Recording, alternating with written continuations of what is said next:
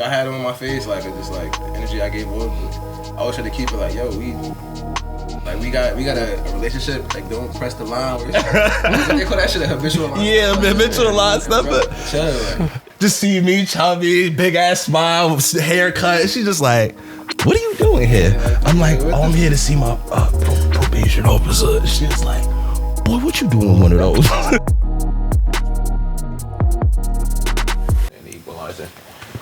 Alright. Both cameras are hot, I believe. Let me make sure. No, this nigga Morgan said he not gonna be here till 2. This guy's crazy. But the shit running still? Yeah. No, yeah, he's Gucci. Like, Morgan usually, when we have guests and stuff, Morgan usually just hangs behind the camera or he stands like off to the side. Eventually, when we get like real production space and like this is great for what we're doing now, but like obviously everything comes with development, expansion. Bro, that's the best. Yeah, the songs in my bedroom, nigga, like, for the longest. I'll be producing beats in my bedroom because not because I had to, but it kind of show you when you don't got what you need, you work for what you got. Yeah, exactly. And it should, like you said, it also shows you what you're capable of. Exactly. You'll be so surprised of like, I used to be so, when I was trying to like get into like the beat making thing, I was so focused, just like even with camera work, so focused on getting the hottest equipment versus just figuring out how to like focus on music theory or focus on improving the sound. And like, you know, you make your first few beats and then like, you're like, well, this ain't gonna get me rich anytime soon. So I just like, I fell off on it. Like, kind of fell out of love with it. It'd be the reasons why you start too though. Cause I wanted to do it and I was like, I was looking at other ways I could make money off of it. I looked at my favorite producers. Like I wanted to learn how to produce because of Kanye. So I was like, all right, like I can start with sampling. I figured out you got to fucking pay the niggas you sampling. So I'm like, let me cut back real quick because I can't afford like budget, 40K budget. I'm in high school, like I'm not doing that. So I sat back and the equipment I had an iPad. I wanted a MacBook. I wanted whatever I seen was on YouTube that they was using. Yeah. So I get the latest shit. Couldn't afford it. So the iPad I had, I was like, yo, let me figure out what I could sample on this shit with. I think the app at the time was Beatmaker 2. So I figured out like, yo, if I could pull certain drums from this, certain loops from this, or I can make my own loops with instruments, I'll do it. That's dedication. I've I feel you. It's weird though. For me, it's been always something that I've kind of like. Are the cameras live? Yeah, yeah. I went over there for. I was making sure. I was about to be like, please don't let us start like getting into a rolling conversation and then have to stop. Yeah, nah, they're both hot. The red, that one always lets you know when it's hot. But that one I checked before. Okay, I was about to say like I could see when the dot is on, kinda, but it's on the opposite side, so I can't really. I got it. And which one call it? But you could definitely I didn't want to lose my train of thought, but it's easy. I said production, and then we went from the dedication. Oh yeah, the dedication that goes into like someone like yourself that was willing to just go and stick to the iPad. You know what I'm saying? And trying to make the best out of what you had with the iPad. Like me, I'm over here like, oh, well, guess I need the newest, like, the everything. Like, I need the... I still do that shit, but I try not to. Like, I'm like, I have so much shit that I just don't even use now. And at that point, I go, yo, let me chill, because I have so much shit. Have too much shit, and I'm not even, like, I'm not even using it to the best of my ability. At that point, you're not making shit, because you're trying to get the newest shit, so you're slowing your pace down, like, yo, let me look at what I got. Like, yeah, that chase, you know what it is? It's the chase for perfection, like, the chase of perfection.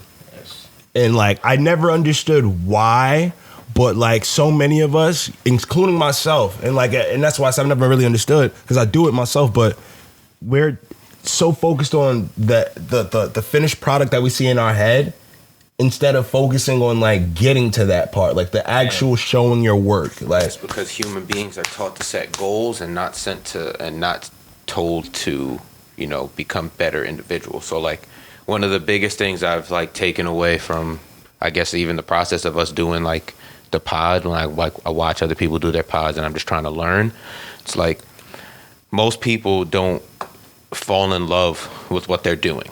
That's a given. We're not expecting you to, but we're expecting you to fall in love with the process of getting to where you want to go.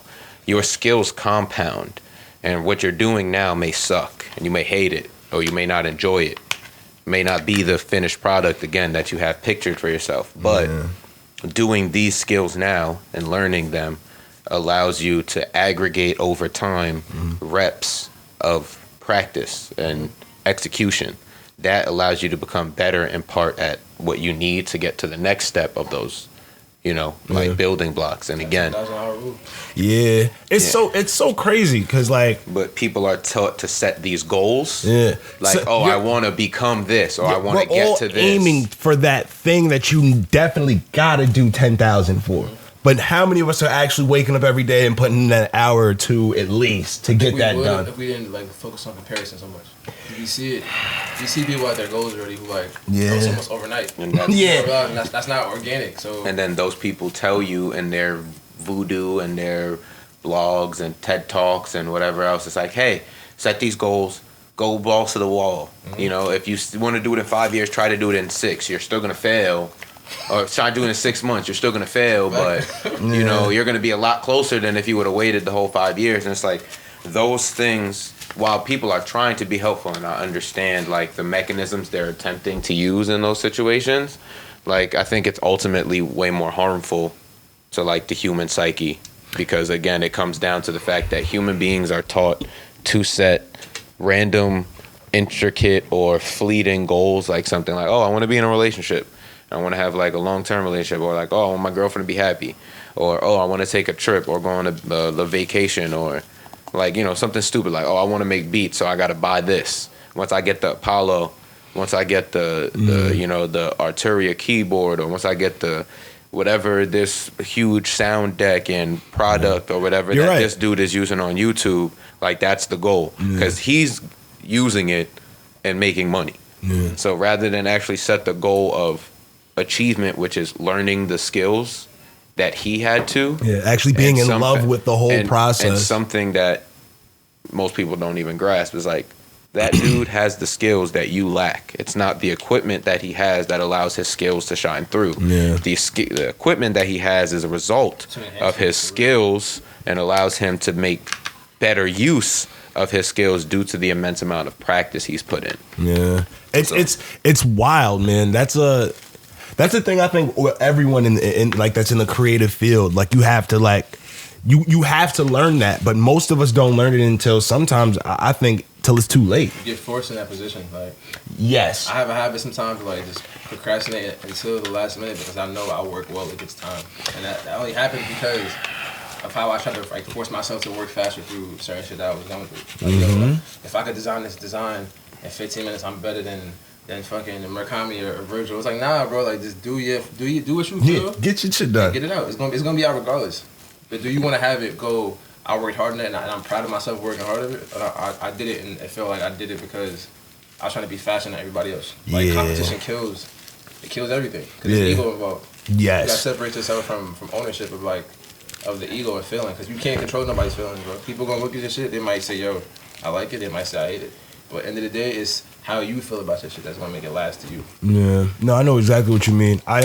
It's wild how like we get so like wrapped up in like wanting to like be this like you brought up like a Takashi. Like there's so many people that are like in art and like design and fashion that are just trying to like in the matter of one night just jump from nobody to like I need distributors on deck. Now we in that age of people trying to turn art corporate, and it's like true art will never be corporate. Yeah. Even if like what they're marketing right now is you could make a T-shirt overnight and print it out. Yeah, that's not.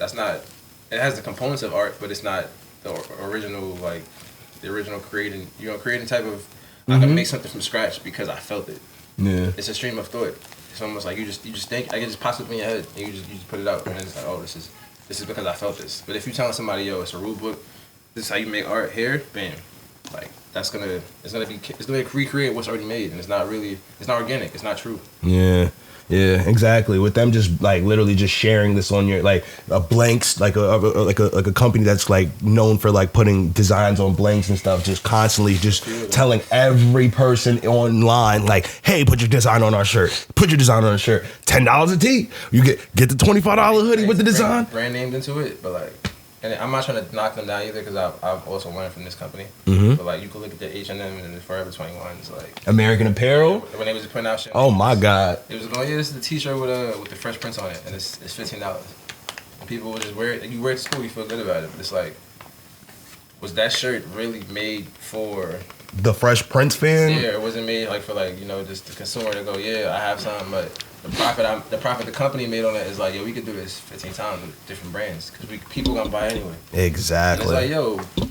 Like, I ask myself sometimes, because like you said, you brought up a good one, like people going to the Urban Outfitters kind of, and like going straight to like the cheaper graphic tees, or like even back at like a Hot Topic back in the days. I never shopped there. Yeah. Don't you really? I never shopped You there. never got a.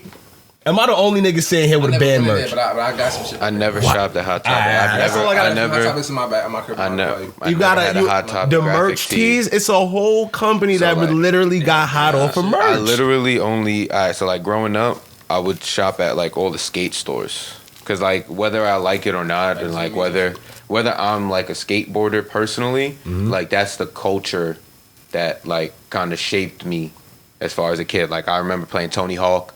Like Rodney Mullen was like That's my my guy. Yeah, like the Rodney God. Mullen is my favorite skater still. The greatest, yeah. Father of all new flat ground tricks. Like most people don't know that. Like I'm really like I understand skate culture to that degree, at least in the old days. Yeah, we took it back. So like I shopped at all the like skate stores. Like people made fun of me, but I wore DCs because of Rob Deerdeck. You're definitely right. I wore Asphalt because it was like a band, like a brand before it became as big as it was. When Asphalt was like just getting into Zoomies and stuff like that, I wore Asphalt. I'm glad you never wore any Osiris's. No, I didn't wear Osiris's. I skipped that phase. That was not a. That was when But you like going too far. I was heavy on the Dunks and SBs even before this whole revival of Dunks and SBs. Yeah, like in middle school and high school, that's all I would buy up until I got into like foam posits and stuff like that. And then once I got foam posits, and then I bought my first pair of Jordans in like 8th, 9th grade, and then that was kind of where like went to shit. I just kind of fell into the trap of the pop culture at that point, but. Moments, he was just like, I remember high school was just buying like my first pair of certain shit. I was like, yo, what do you know about these? Or like, this is my style type shit. And it was like, I think my first pair of J's I ever stepped foot in for real, were a pair of, though they're twos. I remember now. They were the Mellow twos. Yeah, mine were Last Shot 14s. Little nigga wearing the Last Shot twos. Super low. But this is like, it doesn't, like, it wasn't the hype. The culture wasn't there. It was just, so your mom got the 200, but I was a little nigga, so it was probably like $450 to like $80 or whatever. Jordans wasn't even $200 back then. That's what I'm saying. I'm like, you keep it buck, I was a little nigga, so it was really like 50. Adult Jordans back then was like a 160 for like a special shoe. And that's an adult size. That's an adult size. So the kid size was like $70, $80. Because I remember tax too, actually, so that was perfect time. Yeah. Like, the what you call it? I remember watching like a lot of like videos about like the early Jordan and like price points in the 80s and everything like that. And it was real leather too. $89 was what the original pair of ones cost. $89. All right, you done rolling? All right, bet. Yeah, We're gonna. Nike was making a killing. I was just talking to my shorty about that shit where like Jordan and like I basically said the only two billionaires that's really billionaires if you liquidate the assets is Jordan and Hov. Because if you look at the other people, they all in partnerships. I think Kanye was kind of showing it. Like, yo, if you breach the contract, you aren't really a billionaire because we could take that away. Like, you don't own these assets, so technically, like you're still working. Bro. Hold that point. We're gonna drop the intro and then we're gonna go in on that. Yeah. So here we go. Editor, once again, this is the timestamp. I'm gonna do this a couple times until I trust you and see your work back in my hands. So this is me calling you out because I don't have a direct line of contact to you as of yet. So do your job. Do it correctly. I appreciate you and thank you for your hard work. All right. Action. All right, everybody. Welcome back to another episode of the Quis and Reese Show. Today we have another guest in studio with us. Wow. I would say he needs no introduction, but most of you won't know him. So I'm going to give him one that's as, heartfelt as possible. Someone that I've always admired, kind of been like a big brother figure to me, a great friend of the pod, artist, designer, definitely musician, a guardian angel. I could definitely give you that one. Artist, designer, creative, great thinker, just an overall wonderful individual. We got my boy Kai here today. Let's go.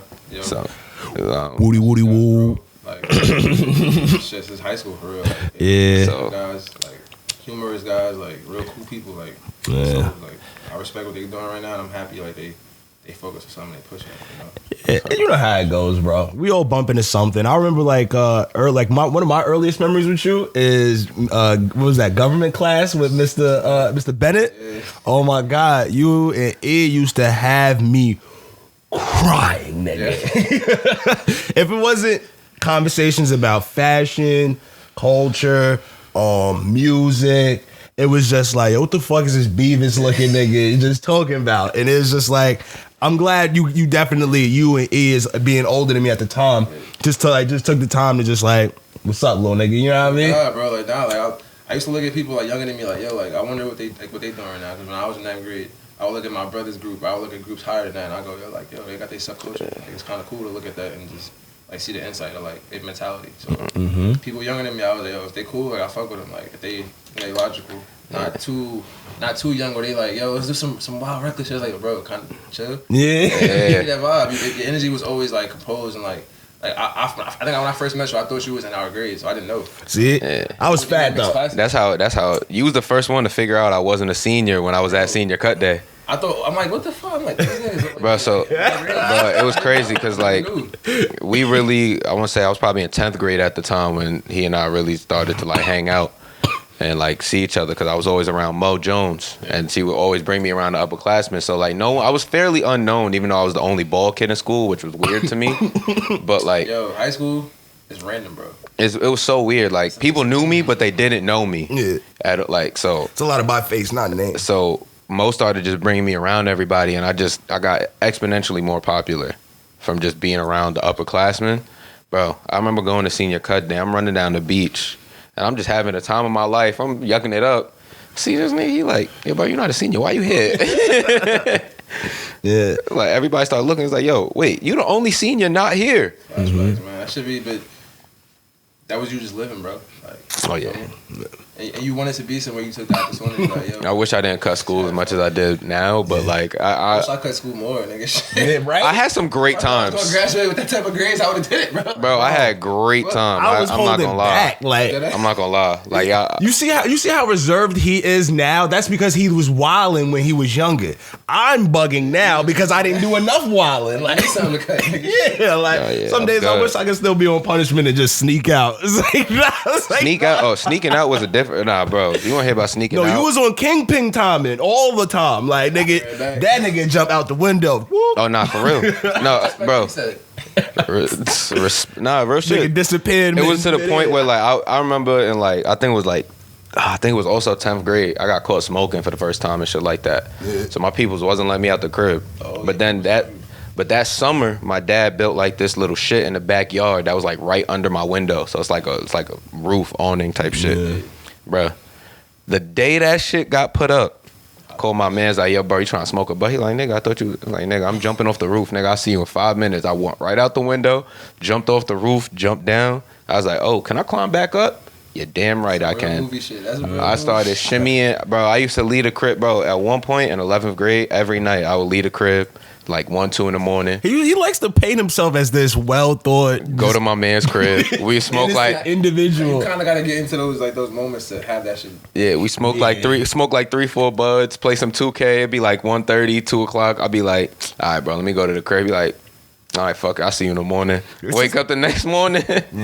Smoke another bud. Go to school. Since we already are like kind of like on like the past like a little bit, like I don't know what it is, but like, did you ever have a badass moment in your life? Like, because you've been since hold up. Like super like on some dickhead shit? Even dickhead shit, just not listening. Because I know him personally, so I remember that age. He know me personally, so he remembers that age. I feel like I'm still having those moments. I was about to say, I know those moments. Yeah, you know these. I know those moments from him too. Word? He was one of those. He used to look out for me a lot. You know what it was? I will say this: Kai's not someone to be played with. It's once the jokes is the jokes is going to land, but once niggas is like, yeah, you know what I mean? Like you had this thing was like, yo, bro, I'm just, and the niggas will still be there. He like, yo, bro, didn't I just say I was?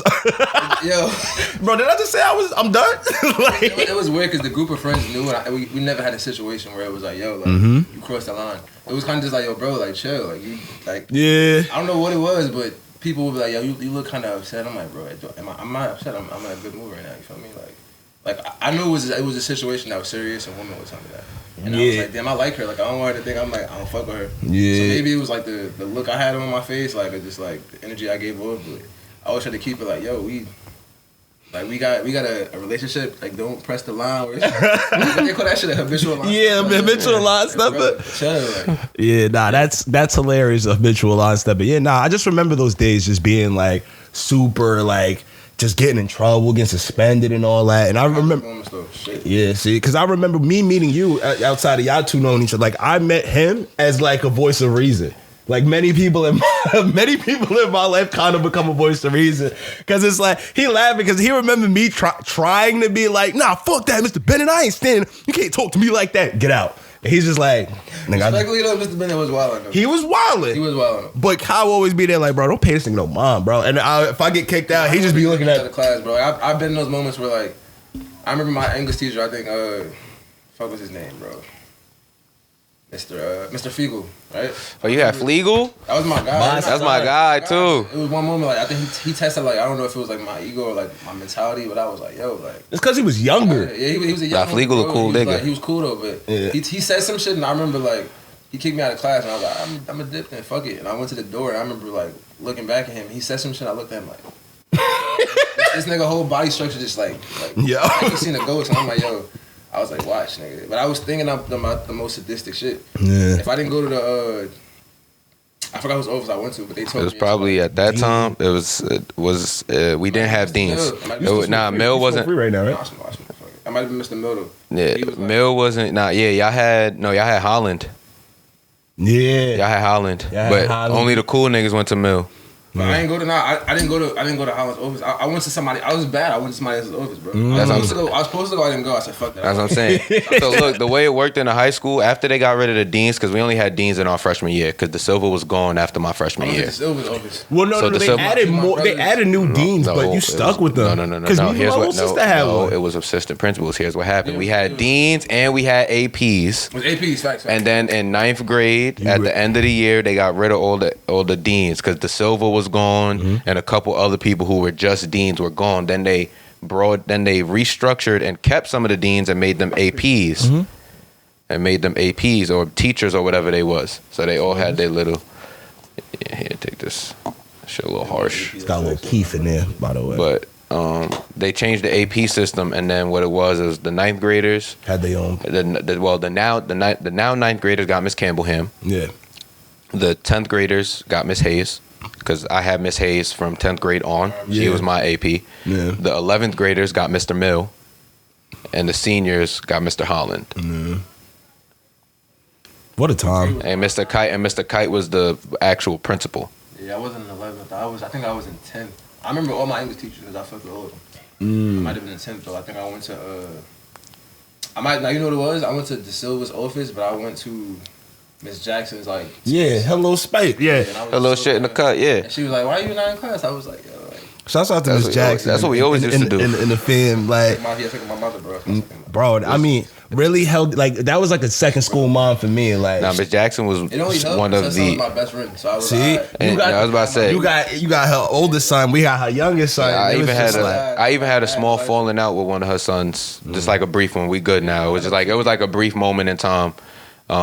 But like I went into the office maybe a couple days after the moment, and even she looked at me and she was like, I don't care that it's my son necessarily. Like obviously it's my son. I don't want either one of y'all, but y'all both better than that. Y'all young black men, just behave yourselves. I was like, she was just too good. She was just too good of a person. Too good. Like so she and so I didn't go as my son, but still like.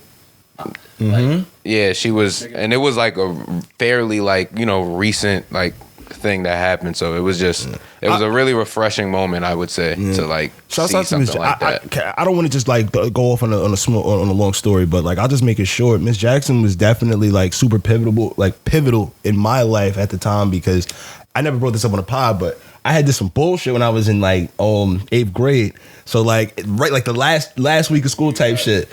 So I ended up getting probation and like all types of. So it followed me to the next school. So I get to high school, whatever, and like literally first week of school, probation officer does the whole lineup. So you got to come to the school, and this is how me and Miss Jackson got cool, because everybody that had probation, except for like me and like 2-3 other kids, looked like they had probation. You know what I mean? That niggas belong here, but this nah. So Miss Jackson see her regular lineup, and I'm in 9th grade, so I'm one of the newer ones that week. So she's seeing her regular lineup because you know probation's usually about 2 to 5 years. Nigga, I walk in with some random like poppy nigga. She just look at me, just see me chubby, big ass smile, haircut. She just like, what are you doing here? I'm like, oh, I'm here to see my probation officer. She was like, boy, what you doing one of those? But from that point on, just held it down. And that's real familiar shit, bro. Yeah, it really was like, and her and Mr. Silver was super helpful in me getting off early because I was supposed to do a straight 5, but I ended up doing 2.5. So like, that's real. Miss Jackson definitely was like, nah, this boy in here every week. In that moment though, that's some shit that like to get off probation early and just that's yeah, bro. It was a wild feeling because I was already in the mind state that I had fucked my life up. You know what I mean? I never knew what probation was fully until I experienced it. Like my family members having that shit. Mm-hmm. Like you can't travel. What the fuck? You can't do nothing. Nope. Yo, I'm like you basically a felon, nigga. And I don't want that shit. I was lucky because I got juvenile probation. I had gotten like arrested. Expunged it after. Yeah, and it's not as harsh. So adult you probation. can do so with juvenile probation. The long and short of it is you are under someone's supervision. Gotcha. So but you technically have a parent. So being that if you're traveling, like as an adult, you're on probation, you're responsible for yourself. So certain people are allowed to travel on probation with the certain rules. They've done certain things. They've been on it for a certain time, whatever the case may be. But generally, if you're a child and you're on probation, if you're traveling, you're with the parent. Yeah. So like, so everything you're gonna be monitored. Yeah. If you're going, you know what I mean. Like all anything you're doing, you got a guardian. Dad would just like, oh, yo, I'm proud of you. We going to Disneyland. Yeah, nope. It was straight. Yep. Hold up, we gotta holler at what's her name. See if we gotta let them know that hey, we're taking you. Nigga. You'll be here doing this at this certain time. I did so good. Miss Jackson and Mr. Silver held it down for so good at that time that they actually let me take an out of country trip. That's fire. Which was on my, and that was like she looked at me. She was like, now you know this isn't regular, right? That's pivotal to that age because most kids don't see it out of the country like that. Never seen it. So I got to do a cruise trip to Canada. And she was literally telling looking at my grandmother, because she was the one who sponsored everything. Shout outs to Granny. But she was just telling them, like, you know, this isn't regular. She was like, if it wasn't for, like, your principal, the lady in the office, and then, like, one of the front desk ladies that was actually at the, you know what I mean? That just always see my face and just like, oh, hey, baby. So when she asked, like, my grandmother asked, she just was like, nah, you good. We're going, but just know, this is, I can only do this now. And then she gave me a warning, like, yo, I'm leaving in a few months, so I'm not sure if you ever gonna do this again.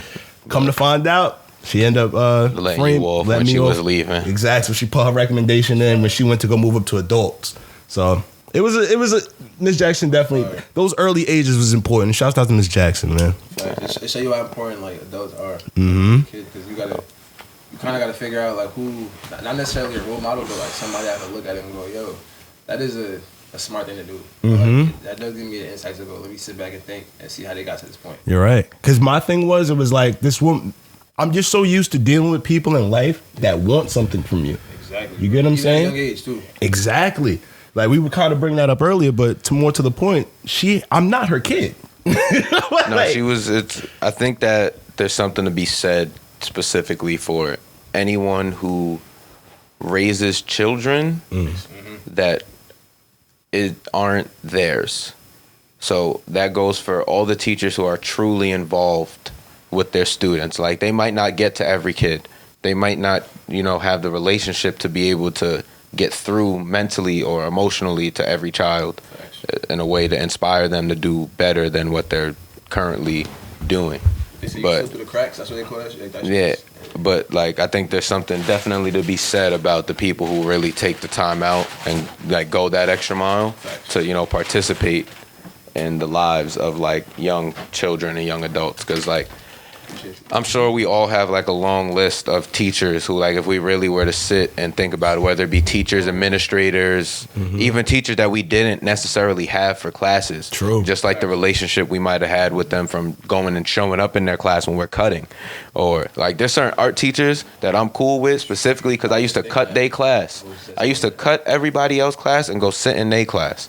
And they knew And like they kick me out sometimes. They give me the discipline, be like, look, you can't be here. But other times they just be like, I know you don't want to be there. I get it. Bring you in here and shit. And then at least you're not running around the hallways causing trouble. You're not leaving the school building. You're not doing all these other things that could get you in trouble. I'll give you, here, do the art in my class. Like it's community kind of, it's like they taking care of what. So like I think there's something to be said for like those people and individuals. Yeah. But on a quick segue, because I actually I want to just kind of get to this. You ain't seen Mad Men. And it's been bothering me since we brought it up yesterday. Nah, I ain't gonna lie. That shit perfectly. Kai, if you seen they faces when we was going through your list of top 10s and all the shit I didn't see, it was like, boy. But before we have the list, we screenshot it and everything. Yeah, we'll we take a quick screenshot look it. at it. I But had Atlanta number 1. I had Mad Men 2. I had Boondocks was 3 or 4. Yeah, The Boondocks. Wire. The Wire was 3, then Boondocks.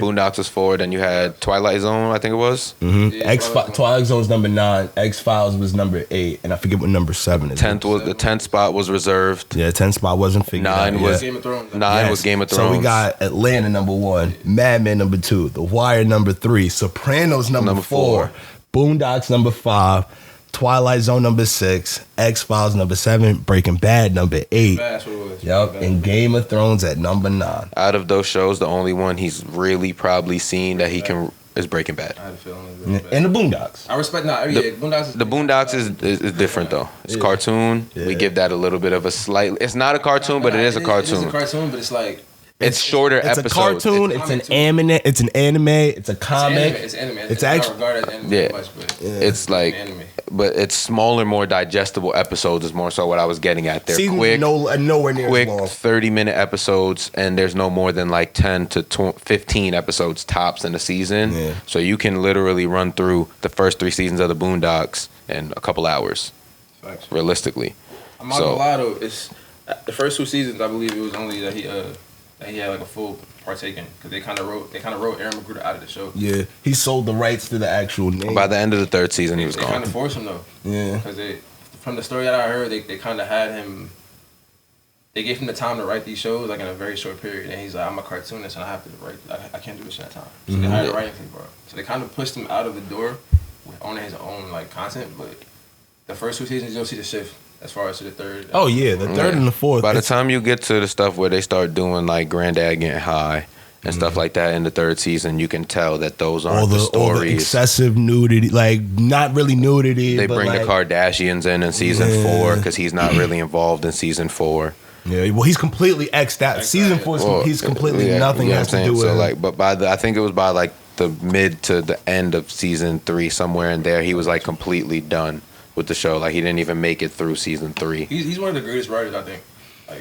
Like he's in my top 10 writers of all time. Just based on that show alone, and like I read the comics like honest before I seen the show, so I Gotcha. read the comics. But like he was kind of giving out social commentary on how black youth see things. And Yeah. remember, like Huey and Riley is from Chicago, so Yeah. them moving to the suburbs is it's almost like imagine that in real life. You feel me? Like if you had like you could say who's the top door rappers. It's not even just that. I think that's something that's probably common, just like a lot of communities. Like a lot of people are just like they move from these smaller like They're trying to ghetto-like escape communities, poverty. and now they're in the suburbs. And the escapism, like their parents just want to see them have a better experience than what they're in, so they just kind of move. So I think Huey and Riley, bigger than just like the small sect That shit. of people, they represent like what was kind of predominantly happening in a lot of black communities where they're migrating out of these ghetto-like communities. They represent the 2 sides. I kind of like. Yeah.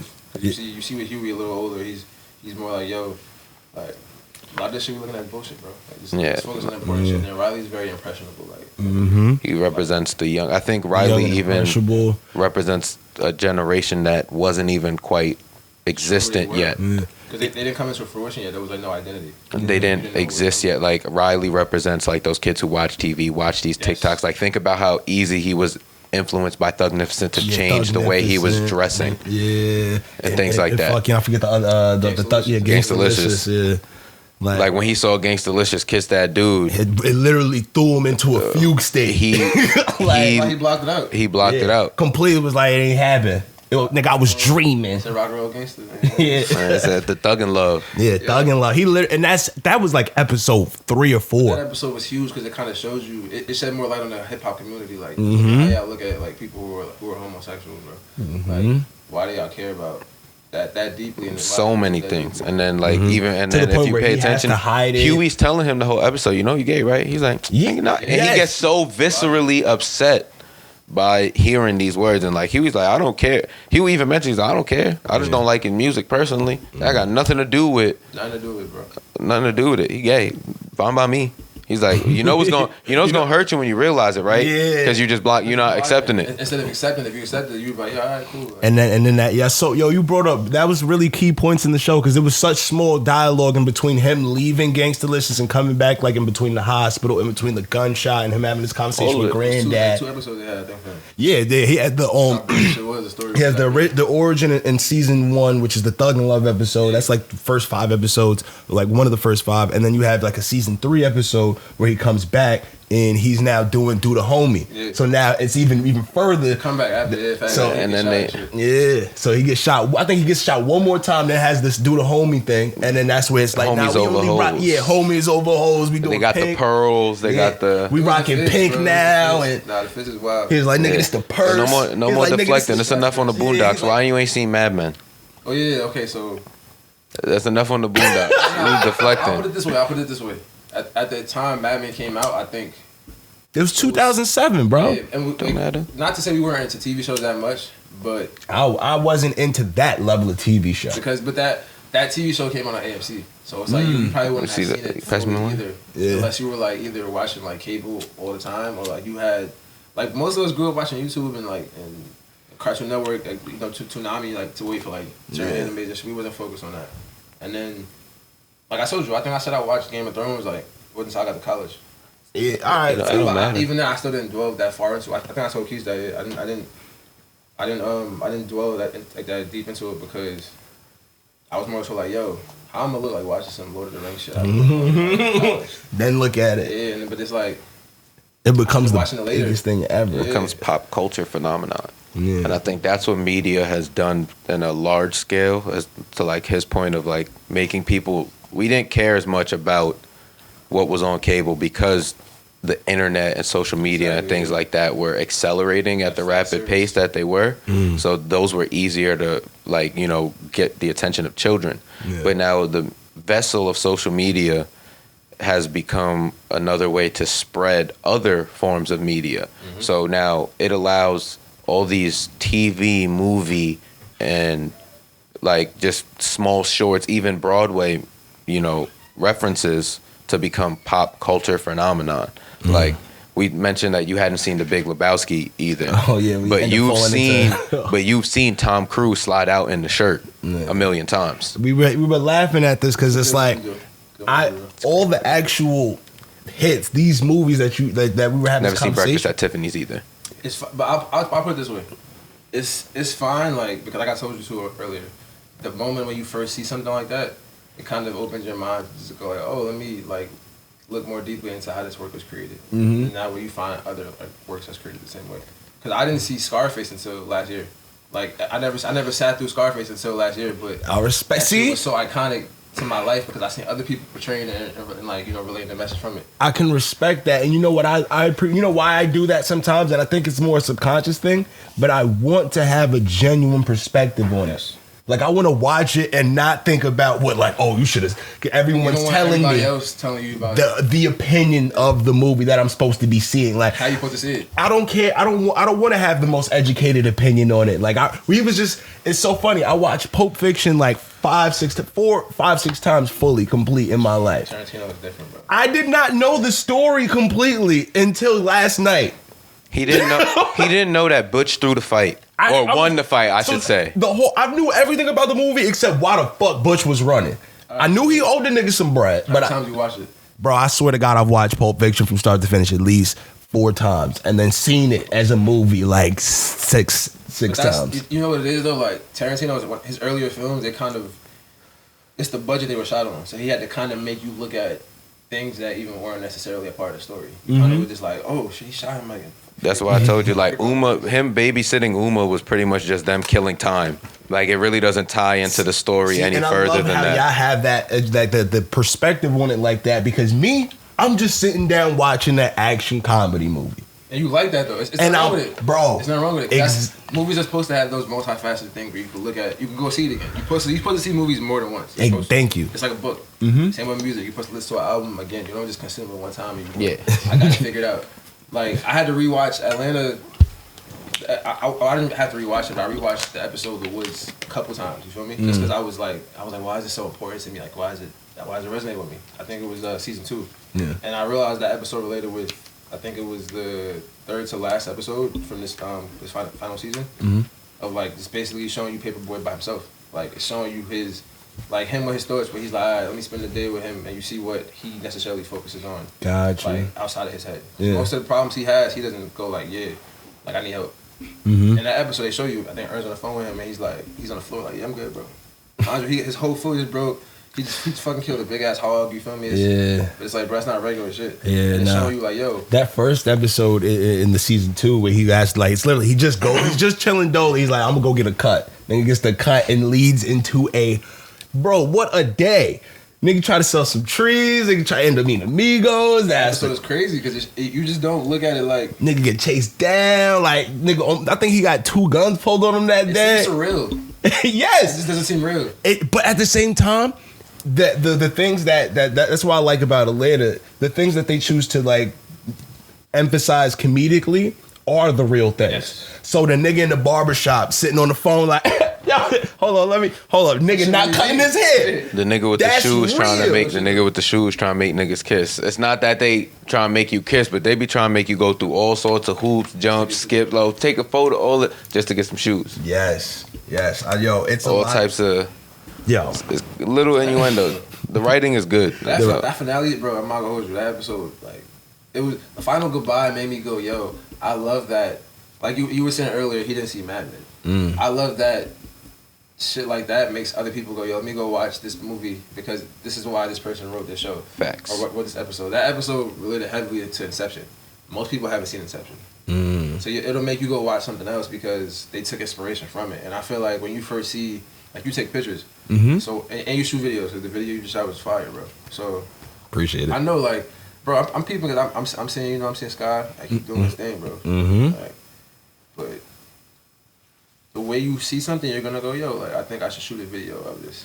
Yeah. I like this because it inspired me. Like, to have this camera angle, this lighting, like. The feel that this shit gave me, I want to try to recreate it, and like from my own perspective. Because I know exactly what you mean when you're actually doing camera work. There's this crazy moment that happens, even when you're like, because I'm not an artsy fartsy. I don't have a degree. I don't even, like, when I go and do shoots with some other photographers, I'm literally relying off of, like, just knowing a little bit of, like, photography jargon. And just knowing that, like, what. Come out with, like, quality work. And it's quality because I feel like the people who do random stuff all the time, you'll see like the differences in each piece of work. With yours, it has a signature style because you see like kind of the same elements, and it's like, yo, that's his style. Like, I'm not seeing it nowhere else really. I'm seeing something he created organically. I appreciate that because that's always been my biggest thing, and I think that's why so many of us fall in love with so many different directors like Quentin, fucking Scorsese, goddamn, what you can call it, Kubrick. Like these niggas are like. When you really sit down and like pay attention to some of the art that they've created, in life they live and breathe that, so you can see it. Like, it's scary, bro. And direction and taking control of these things is something that like I'm falling in love with more and more every day. But you have to literally challenge your perspective. Yes. You get what I'm saying? Because you'll see things and you'll follow your natural motive and like the way you get inspired by art or whatever the case is, and like you'll end up just putting out this same product that has this, like, it doesn't have a signature to it. I think that comes from two places. And like that, I think before you go, I just wanted to just say, like, I think that's why my work kind of has this thing where it's like I'm following the fundamentals that everyone has to follow, but I'm trying to break the mold, especially with what's quote unquote popular today. You get what I'm saying? So I appreciate that, but I respect that as an artist, bro. It's definitely something you pick up. But that comes from reps. Something we all touched on earlier, a little bit before we actually started, like talked a little bit off pod, but I think that just goes into the idea that most people set like these outlandish, wondrous goals for themselves to like become like, oh, I want to be the next Scorsese, or I want to be the next Martin Tyler or whoever. And then rather than falling in love with the process and the reps and the steps needed to, you know, build up to where these people now are, they set these like goals, and when they don't hit them, they become, more despondent in response. So then they get that like super cookie cutter, repetitive style of work that they think is popular because they think it gets them notoriety, because they get that slight immediate gratification. But you quickly learn that those people can either be replaced or overtaken by someone who's, again, put in that long-standing work. And while it might not be as technical or whatever as the next person, everyone at a certain point, just from getting reps in, becomes their own thing. It separates you. It shows you every time. You look at even basketball players. Like Kobe was different from the pack because of how he worked out. He did everything that he could do because he was like, yo, can I try this? Can I try this? He was eager to learn. And I think people who aren't eager to learn, they're scared to fail. And the people you were describing kind of who go, I'm gonna stick to this cookie cutter thing, they're scared to fail. And failure breeds like the next level. You have to fail. Not necessarily fail, but you have to go, oh, there's pros and cons to something I'm doing. And let me focus on the cons, because if I focus on the cons, maybe the pros will actually, just not exist. Do something till you perfect it.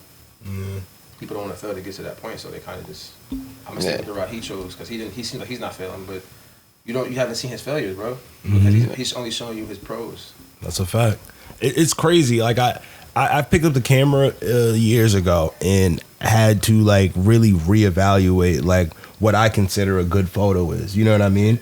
And like I think more to the fact, like how you said, like separating myself and like separating the art and everything. Like it's this like necessary process that you go through as an artist, where you just like you do the reps, you follow the fundamentals. You get what I'm saying? And then eventually you start getting kind of like annoyed with it, where you have to like go like, I want something different. I want instant results, and I want the shit to be different. Exactly, like this. I know it's. But you never see it. It's crazy. You know what it is though? But you don't see it happening. Like it's like when you getting taller as a kid. Yeah. All right. Now I get what you mean. I think that's someone. Hold on.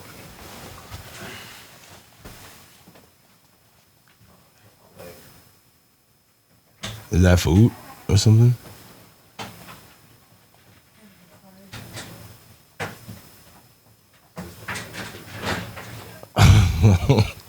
Yo. Oh, they in the room. Good. You have to go around because it's kind of dangerous over there. Nah, we back. The harsh cuts that we have to go through. No, it's not even that bad. This is. I'm not gonna lie. You timed it perfectly too, because it went off after like the conversation was being had. Yeah, you going on a tangent. I was gonna stop you in that, but it wasn't worth it. That's why we shoot longer and we cut it. I'm not gonna do it anymore. All right, get back a little bit more on topic. All right, so talked about that ending episode from Atlanta. Interestingly enough, I think finales are something that kind of go down as what like a show is remembered for. Strangely, like you can have a great run or you can have a terrible run, but if you had a good finale, I feel like that kind of redeems the show, and then people go watch it. So give me, we got your top 10 shows, but give me 5 finales that like stand out. Yeah, like 5 finale episodes that like stand out above the rest. So let me just tell you, right? I think like if you're creating a show, because I'm writing scripts for shows that I want to present to like studios at some point. But I always look at the pilot episode. I know has to be the perfect episode, because that's how you get picked up, essentially. And I feel like the finale is a pilot. You're ending something as you started it. You want it to wrap up perfectly. It's like starting a race. You got to start good to finish the race good. So you kind of want to make it go, this is perfect. with that being said, my favorite. I mean, it's kind of how I rank them, to be honest. Because if you look at the finale of Atlanta, I've never seen somebody recreate the feeling I got when I went to see Inception.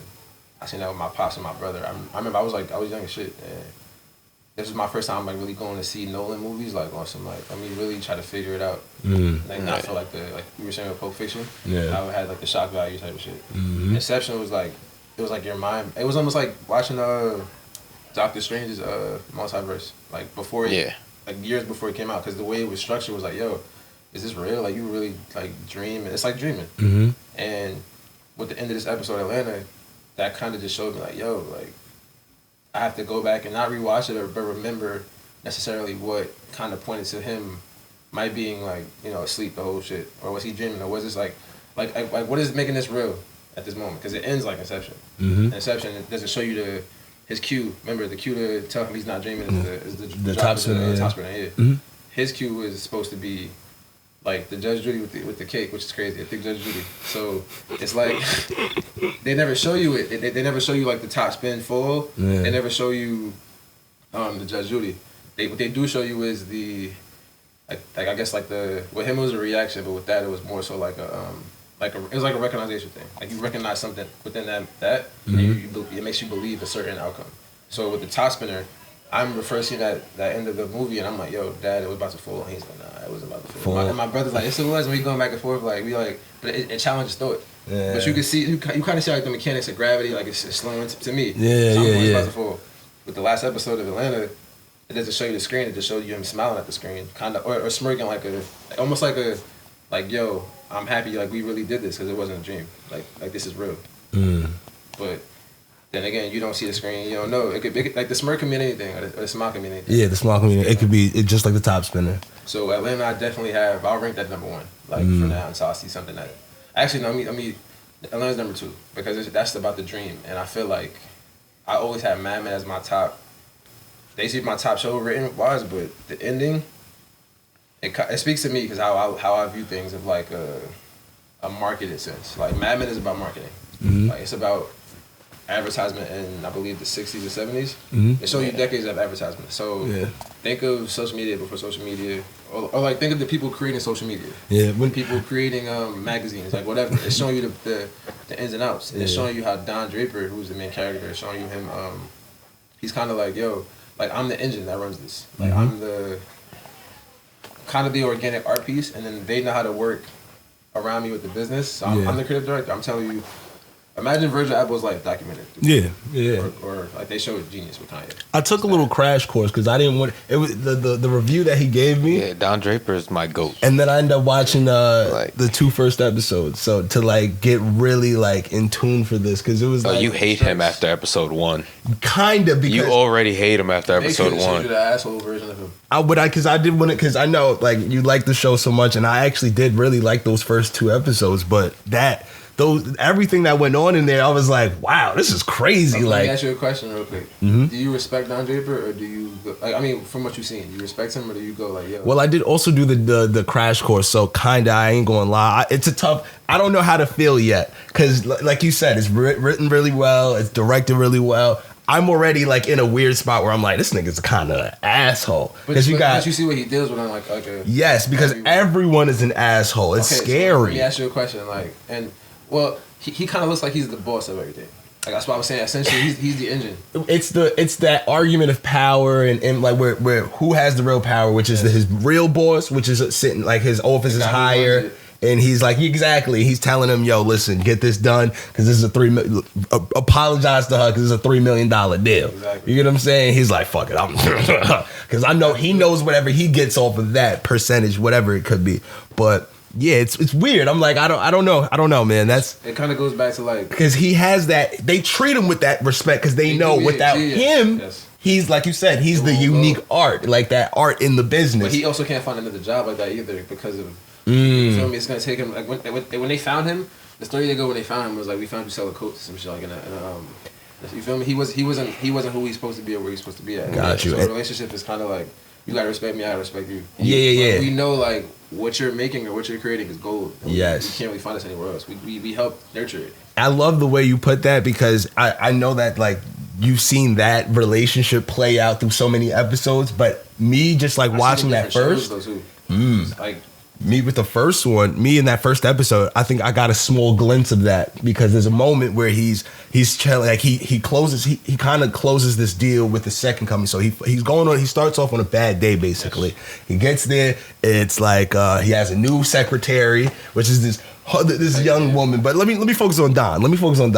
He has this bad day. He fucks up 2 deals in a row, but at the very last second on the second deal, he comes up with some magic, which is what they exactly, and that's what they know him for. So after they finish this, meeting and everything that he finally closed on, which he originally fucked up, his boss goes, he said, Don, he's like, I don't know what you did there, man. Something close to magic. He said, I don't know. He's like, you had me scared in the beginning, though. He said, I didn't know if you were drunk. Well, he's like, I didn't know if you were drunk or not drunk enough. And I was like, oh, he don't give a fuck.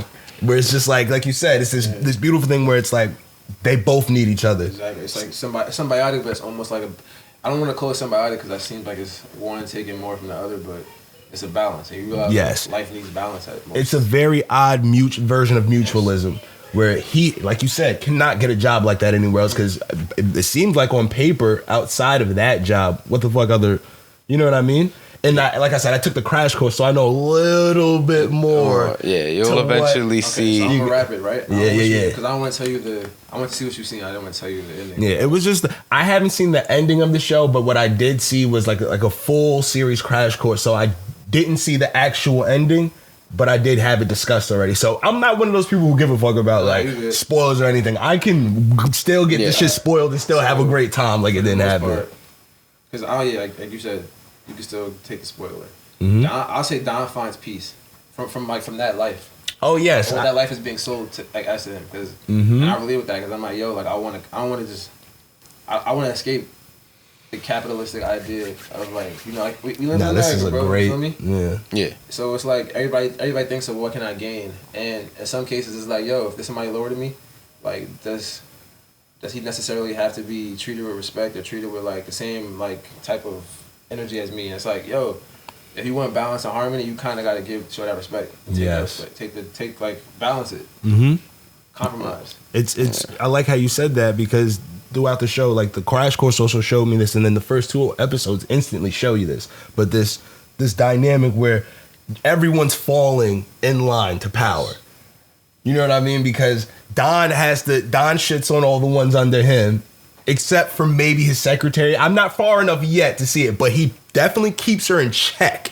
Where it's like if she does, because I don't know, we've all seen the first episode. It's like the wolves, she goes to. We've seen it all. Yeah, so she goes to try to flirt with him, not because she wants to, but because she's been heard. For everyone every female, every employee in the office is just like, oh, you should have done this more, because Don might like you. She's basically getting this impression that in the food chain, how you learn from the food chain. Exactly. Like do this to survive. She got they basically telling her to basically fuck her boss or make sure you look fuckable for your boss. And at that time, that was a natural thing. That was true. The power woman had, like you can see in the show, no woman really gets to that level of kind of like the power that men have. Because that time period, that's how it really was. Like women didn't have the high executive job, just like that. And like you see it in the they first. Were just as creative too. Yeah. Because if you look at it, you can see Joan, like she's leaderish, and she has the same roles as Roger, and then. Eventually, like Peggy, like she's under Don, so she's studying under him. So you can imagine when I lead her. I don't want to tell you the show, but I'm gonna keep enjoying it. You got it. It's very well written. But that's the season finale. I put that at number 2 because I related with it kind of. Sorry, number 1. I put Atlanta number 2. I related with Mad Men very much because like inner peace is the most like, it's the most important thing I feel like to. You have to love yourself to love everybody else. I got you. So, you feel me? Like you can't pour from an empty glass, but you also can't keep all the water in one glass either. You gotta be fair with what you accord us with. So I definitely put that number 1. Atlanta number 2. I was gonna say, is that the like I don't want to say the main, but is that one of the big reasons why a Sopranos falls shorter? All right, so I'm gonna tell you what Sopranos. Because that ending isn't a happy or technically resolution. It's not about resolution. I'm not saying that. It's almost like with Atlanta. I almost had Atlanta at number 1, but that's almost like I'm an optimist. I want to go with the sure, because what I'm searching for in my life. I want to go with the sure bet of like Don found peace. Yeah, Don found peace. I know how this ends, and I wanted that for on the cliff side. You know what I mean? I wanted that for him. You know what I mean? Like, because you rooting for the person. Like, yo, he's an anti-hero. And I was asking you if you respected Don because most people don't know the person who wrote Mad Men. He worked on Sopranos. Yes, I actually just did a little bit of learning about that. So he's an understudy of. I mean, I don't want to say the original anti-hero like for TV, but Tony Soprano is probably one of the most famous, if not the most famous, anti-hero for TV. And you never see him find peace. You feel me? Yes, I was just about to say that's why I brought it up. I'm like, it ends. He might find the peace. I don't want to tell you. Some people don't. It's like, at this you point, gotta watch it. Yeah, we can't. Also a math and you shouldn't feel like you need to hold yourself to spoilers or anything. Bro, if you ain't going, the show has been over for that many years. Yeah, it's a cult classic at this point. You gotta go see it. Yeah, educate yourself. Don't be mad. Ending, right? There's a lot that plays into it, but like I love mafia movies. My favorite movie ever is The Godfather, right? Because it's the way they structured it. But like you have to kind of go rewatch and see certain aspects of what made people who they were. All that. The ending, you kind of see the ending before it happens. The way they wrote it, from what I understand, was he's at the diner with his family. But there's a scene where, like, when I first seen it, I'm like, am I watching this on VHS or am I watching this on cable network? So why did it cut back and it shows you him walking into the restaurant? I'm like, is that a bad cut? Like, what is that? But they also say in the show at some point, like, you see yourself before you die or something like that. Like when you're in hell or something like that. Like it was something like that. But they were talking about like everybody mentions death or how they think death would play out in the show. All of those cues point to the ending episode. Like you never see it coming. Which happens with Bobby Bacala. It was him normal day. He's shopping for trains or whatever, and they come in and they shoot him. It's like silent. You never see it coming. With Tony, he's the main character, so our perspective is his perspective. You feel me? It's no episode about anybody else in the show that doesn't involve Tony really. Yeah. I think the FBI episode maybe. But so it has to do with Tony. Yeah, it's perspective from Tony. You feel me? He wakes up, he sees the ducks. Like every morning, there's something with Tony and his lifestyle. That ending episode, we just see black, and like you go, what the fuck? Yeah. And you see all the names written and shit. You know, like it's like, bro, like the fuck. Yeah. So, like this. So many people that the fuck. So many people have had that reaction where people like. I remember even when it first ended, like on television, people were like, "That's the worst fucking ending I've ever seen." What the fuck? They didn't get it. Yeah. You just have to rewatch it. If you rewatch it, it tells you, like, the way they wrote it, bro. It says, I think in the episode with Chris, I was reading the script. Chris basically he talks about like when he was in hell, what he's seeing, and he's telling him the time, like, yo, Tony, I think he said 3:17 or something like that. It was basically the angle Tony would have gotten shot at if you see. The person who walks into the bar, goes into the bathroom with the hat, members only hat, comes out. He would have had that angle on the clock, like basically pointing at Tony for the shot. Yeah. Then there's the writing about him coming into the shop, and he sees himself walking in, and it's like you think it's like a glitch in the tape, like what am I watching? Or is it the stream like messed up? You never know. It shows you him walking in, and you're just like, oh, okay, like that was written into the show for a reason. So now I have to go back and kind of see why. And ran into the show. Got you. But he never sees it coming, and neither do we. So we don't know officially what happens. But that life, like in the show, from what you can see, it doesn't lead into anything. Yeah. Of like anybody surviving, whether they go to jail. Like I know, like he got one of the guys got cancer, bro, in the show. Like there's so many names I remember, like, but they just died like in violent deaths, bro. That was associated with the life or the guilt from the life. And it's like, does anybody escape this shit? Like, yeah. But yeah, I mean, he said no. Like, nobody escapes it. Like, I think there's only 2 characters from the show who make it out. If I'm not mistaken, I think it's like 2. One of them had to cross sides, Yeah. That way. Yeah. So that's what I'm saying. That's why I think it's only 2. Yeah. He's the one that hit Tony supposedly. So like 2 guys survive from the people you're really introduced to, not including like. Most of like the younger children and shit like that. Yeah, like they're all because they weren't really in the life. I think. Remember, AJ wanted to be in the life, but it just wasn't happening, bro. Tony was like, "Nah, like play football." And like, why's my son doing this stupid dickhead shit? But like, bro, nigga, you doing this stupid dickhead shit? You're not being a father. I mean, you being a father for the shit that from what you was taught as a masculine like guy growing up. It shows you the flashbacks of his pops, his mother. Man, you don't see like Sopranos. You don't see him being a man to his I mean, like a good man to his child. Oh, so, yeah. Like, when he's a kid, when he's older, it's like he's kind of losing patience with him. Because he's kind of looking at him like, yo, I'm looking at Chris, or like I'm looking at Paulie, or one of these dumb fucks, like in the show. And to wrap that up, you know, the reason I say this is my top 5 is because that being at number 3. Right? Yeah, that's number 3. Because like David Chase kind of gives you, like, if you go back and you look at like what was said in the show, it kind of tells you the ending, but you kind of have to. It's like a puzzle. You have to piece it together yourself. You can't really just go, yo, oh, he died, or like he lived, like they just cut off in the middle. It's like, nah, bro, you could check. There's clues for it. David Chase. I remember reading an article and it said like people were asking him like, yo, who killed Tony? Or did Tony die? And he just goes, Paulie's the walrus. So now it makes you go back and look at Paulie, and it's like, yo, what does that mean? And I'm looking at Paulie like his motives are why he would want to get Tony out of the way. You gotta remember, half the crew was gone, if not all of the crew. Tony was the last person. Bobby was hit. Seal was in the hospital. You don't know if he made it or not. You know, Chris was gone. Like anybody that would have stepped up, like Pussy been gone. You feel me? So they was all. The crew was gone, and the only person who would have been appointed, the crew of Jersey would have been Paulie next if Tony was gone. Mind you, Butch. Like it was mad shit that happened in the show, bro. Remember when Butch is with his man in the restaurant? Tony pulls up with the grip. I do. He never. I'm drawing blanks. He never seen that. Yeah, I've seen it on and off. Not enough to like hold on to the story. Like, there's things in there. But the only reason why I had it's because I like the ending and everything being like I said, I do film and everything, so it's just like it's so many different things that like I have to like study from and like trying to like when it comes to creating your own story and like. Because eventually I want to get into like creating short film and like eventually get into actually creating a film. But bro, go full fledged, bro. Yeah. When I look at the circumstances of these shows being written, who made them, like how they directed them, like whether it was like money, timing, whatever they did, like they did some magical shit, like some Don Draper shit. Like, oh shit, you just pulled it up last second. I'm like, yo, anybody's capable of that. So if you could do it, bro, like just go, just be that streamer, go. I look at The Wire. The Wire is my 4th, matter of fact, because it shows you the game is the game. Like, that shit doesn't stop at all. Like, it was like, yo, Marlo might have got out the street, but he still want that street power and respect.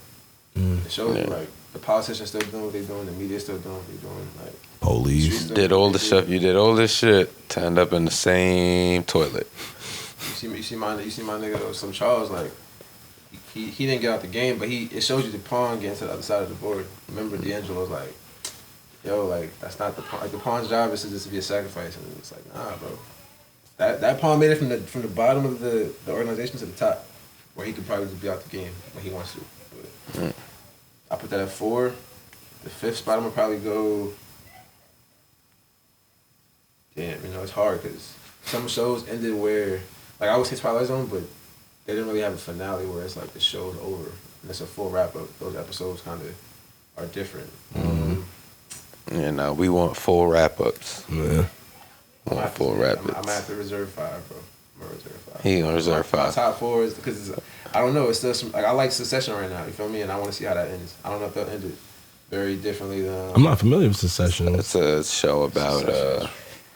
all right, so long and short, without ruining plot points, what does Succession sound like?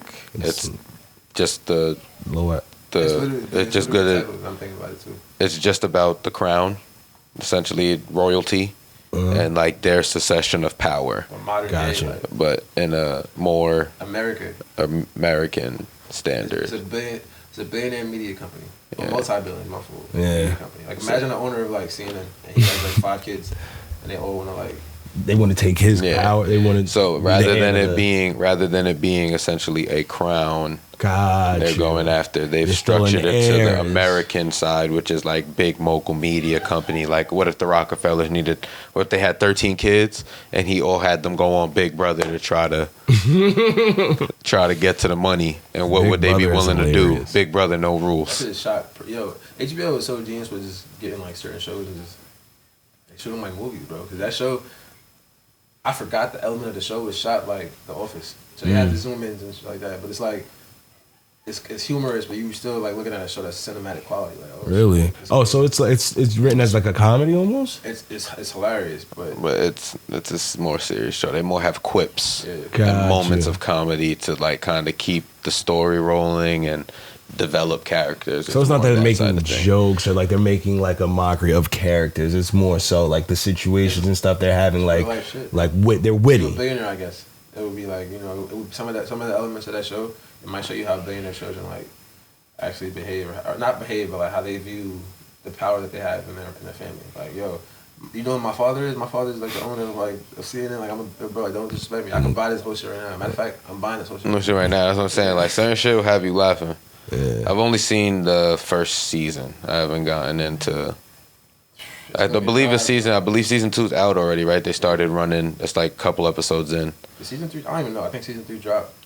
Bro, I completed it. I was just back to back watching it. But yeah, so I only saw the first season, but it was a really good watch. And then what else have I been watching? I was watching Ballers. Ballers is tough. I was watching Ballers. They finished that. And then otherwise I haven't really been watching TV. I just did the Rings of Power just to kind of get it out the way. It's time to watch it, but it's, bro, them shits take up time. Like, yeah, like take up time. Usually I'll just like find something that I haven't gotten to yet. I'll like binge it over like a week's worth of time, and then like I'll go back to watching like random movies or something like that. I got a problem with binging. Like I had to stop doing it because like I'm one of those people, like once I start something, like I have to finish it. Go. And like I'll just see myself up at like 4 a.m. in the morning. I'm like, all right, sleep and shit. You got work in the morning, something, you know, it's random shit. It's like, bro, we kind of just not zoom in. Like, I love binging, bro, but I don't love what it does to like my outside time. What are your thoughts on the new streaming, like the way media is taken in? You know what I mean? The fact that you can just binge a show, like the way some people are sticking to like the more traditional route, like an Abbott Elementary is super big on Hulu and on Fox. But they leave it in such a way where it's a weekly drop, so that people watch it on Fox first before it gets to streaming service. Yeah, exactly. So anything that's on mainline TV, which I think is a good point that he just mentioned, anything that is on a mainline television show or network, does not go to streaming services until about 4 a.m. after it airs originally. So those shows still follow the conventional, again, TV means of dropping, where once a week, every week, we are going to put out an episode. Like, that's why Saturday. Bro, you just asked me that shit. I missed the streaming era. Like, it doesn't take the feeling away from everybody watching some shit, but it takes away the feeling of the family aspect of everybody sitting down watching it together. Like, yes, you can watch it on your phone. I could probably watch the show on my fucking watch, bro. Yeah, give it a year. It's just like, damn, like I don't want to. I'm not ungrateful, but I'll look at it like, yo, I kind of wish I watched Atlanta season finale with a bunch of my friends, like my people. You feel me? See what I'm saying? It like, yo, all the anticipation and everything. Like a movie, so why not watch it like a movie? Like, you feel me? Together, like I think we're supposed to. You kind of have better conversations around like perception at that point. Like, you're going, yeah, what did I think of it? You've seen it this way, and then I come to the conclusion, or you don't. You know, it's conversation that helps. And I think it also brings more to that point where you were saying like. I think there's a term for it. What's it, like water cooler talk? I think that's what they called it. Like back when they had everybody sit, watch a show, and then like everybody would watch it weekly for that. Yeah, I was just trying to come up with the term. Yeah, nah, you're right. That's fire though. But I didn't know the term for it either. Yeah, it was like I'm pretty sure it was like water cooler talk or something around that. Because that was but nowadays you have like such an easy access to the internet where you don't even have to necessarily be taking in like what's popular at the moment. Like, and I think this is what's leading to the not safe for work being such a big thing, and like them having to censor certain things, because it's just like I think more to the point where it was just like the just the ability to just sit down and like make it a social situation, and like I think it led more to the rewatch factor of it, because it's like, you know damn well with all the homies around, you just missed a little part, you're gonna be like, nah, I'm gonna go back. Yeah, I gotta go back and I'm gonna watch this when I on my own. You know what I mean? Actually, I be in my group chat, bro. My friends will sometimes talk about like a show before it happened, this and shit. I'm like, bro, wait, I ain't see the episode yet. See, but I still be looking at the chat like, yeah, wait, I'm about to watch that because that shit used to happen. That don't happen with sports. You know what I mean? Yeah. So that's why I go with streaming. It's like I'm not ungrateful, because I go like, yo, damn, I could watch a game on League Pass on my phone when I want to. Like, there's also people who stream fights, which is, I mean, that's not always legal, but yeah, nah, you feel me? Like, gotta get them streams, man. It's a culture, and it's like, yo, you gonna pay Logan Paul that 60 bread?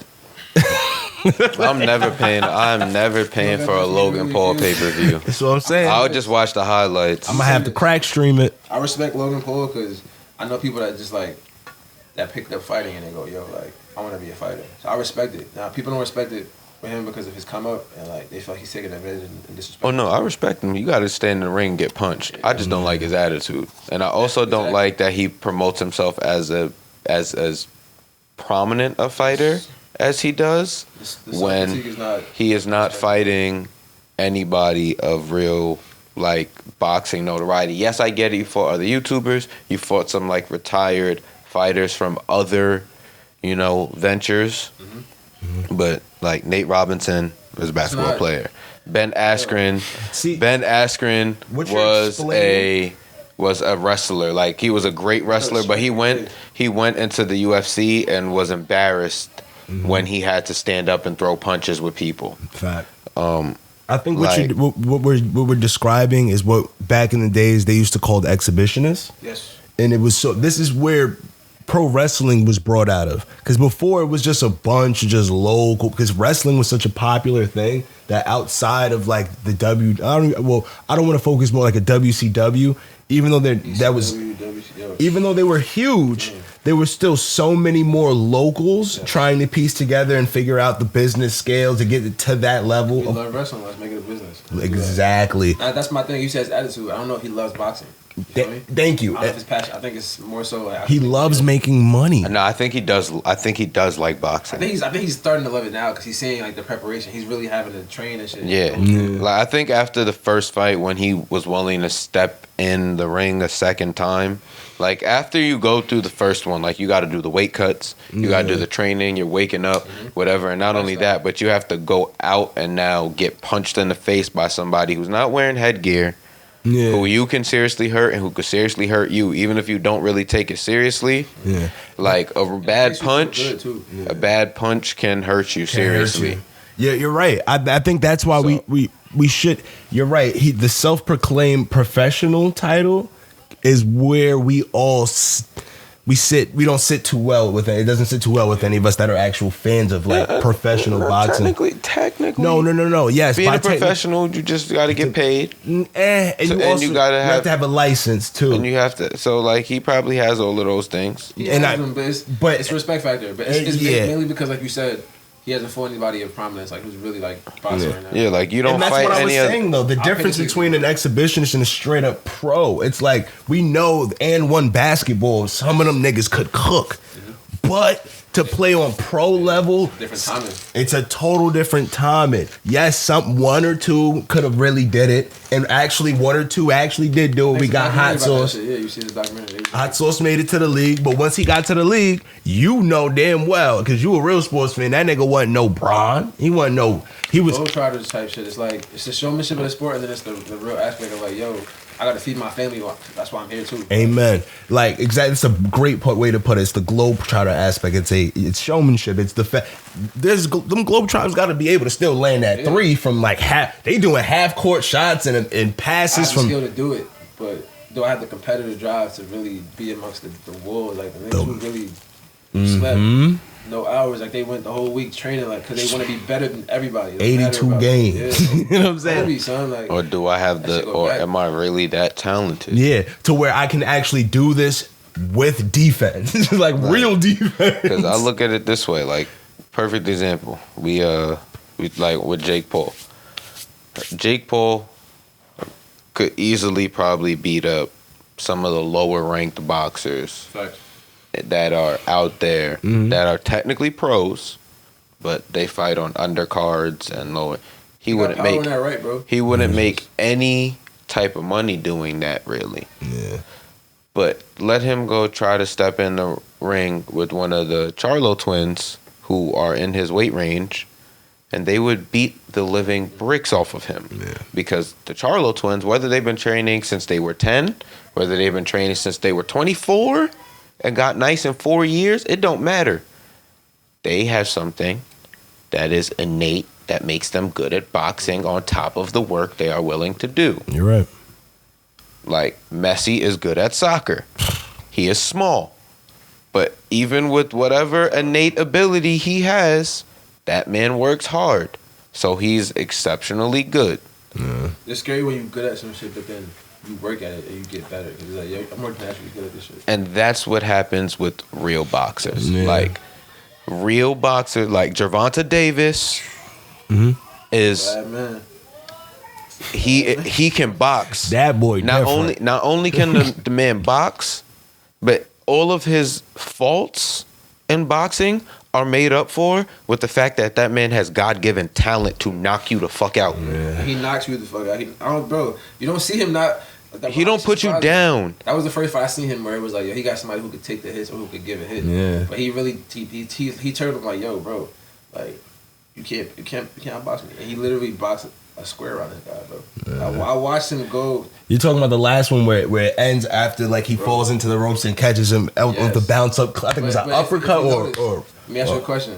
When most boxing matches you see, you get knocked out. How do you fall? You fall forward or backwards? Backward.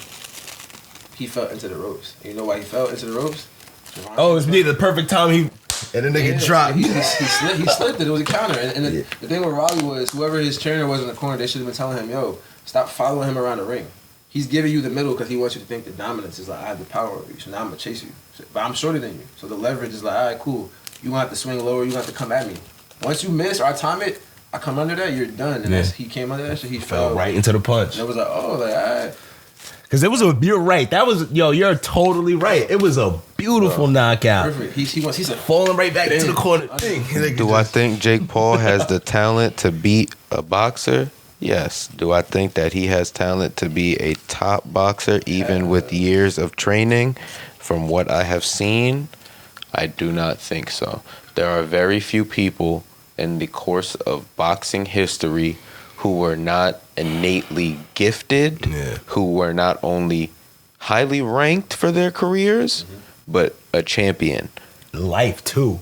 Because you said for their careers, nigga, damn near they lives. A lot of them greats started early. No, but and even aside from that, some of them started late. True. Some of them started late. Innate gift. But they had... You're right. He started boxing because his daughter was in the hospital, bro. Yeah. Like, look at... He started wilding. Bro, even look, like Fury boxed for a really long time and was really good, but that's a nasty. Tyson Fury became what he was after he went on drugs, got washed up, and fell off. So, like...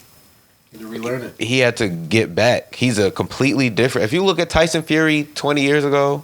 Oh, yeah. To what he looked like when he came back boxing about 5-10 years ago... Different man, bro. Completely different dude, completely different shape, size, weight, different. He had to relearn everything. So, like, he's innate, aside from the fact that, like, did you see the way that his eyes rolled back when Deontay Wilder punched him? Intellect, bro. I'm surprised it wasn't, like, but I think that's one of those things that are in the contract. Like, they literally set up how the fight rules are set. So bro, he got up before the count was done. You have to get a 10 count, because there's some fights I seen when a nigga get hit like that. They're like, oh, fight's over. Call it. Done. A fight as big as that, like you gotta remember where boxing came from, and like the history of boxing. Like the first black heavyweight champion is Jack Johnson, bro. Yeah. And it's what comes with that. Like it's what comes with how you talk as a boxer. 'Cause that's still a political role. Like you see, like Muhammad Ali is probably one of the greatest athletes ever because of his political role and his talent. So it's how they rank it. Oh, damn. That's Morgan. Oh, it is probably. Hold on, I'll get him. You keep going. You stop that. No, you good. You go. Oh, my fault. But, the boxing role, like, he kind of had to win that fight without doubt. Was good, bro. He had to win that fight without doubt, bro. Like, it was no type of, like, oh, he calling the fight because he looks like he can't fight, or like he woke up at the count, like, nah, bro, you have to knock him out, and he can't wake up after 10. Like, you feel me? It has to be undeniable. So what you fighting for more so, that role you got, they want to take it from you at any means. So they giving the person fighting you very much leeway. And not to say Tyson didn't beat him fair and square because he outboxed him. Like, literally, he's like, I'm out thank you. Like, you swinging mostly haymakers to knock out. If I could bounce those off my shoulders, I'm going to kind of slip that, I'm going to throw a jab in there. I'm going to hook you. Because haymakers, they take longer to come back, your arm is longer. So he knows, like, Wilder, I got a few seconds, I can hit him. I'm landing a knockout. Or I'm Get you off balance. I'm outbox him. Because even though, like, the last fight Wilder had with him, I think he was a little bit smaller. You feel me? If I'm not mistaken. I'm sorry. His last fight, he was a little smaller than his original. Yeah, the third time. Yeah. It shows you like his power he has, but also he's a big body. Has a stamina. If you look at Wilder, he's more so throwing power punches almost the whole fight. Mm-hmm.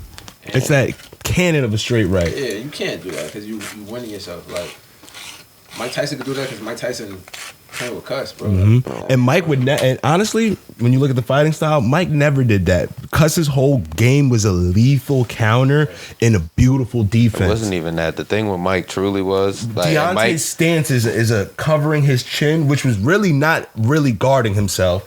And then having this like outward lean, like I don't even know what they call it in boxing. It's called loading a punch. So what you do is you keep your foot, it's completely telegraphed, and not just that. It's also used for distance too. It's again, you load the punch. So what you do is you keep your straight arm, you keep your lead hand out, because your job here with your lead hand is one, to gauge distance, and you're throwing flicking jabs. Mm-hmm. You're no longer concerned about trying to retract this arm unless you really have to bring it in to defend. So this stays out as a defense mechanism, because now your opponent can't come in.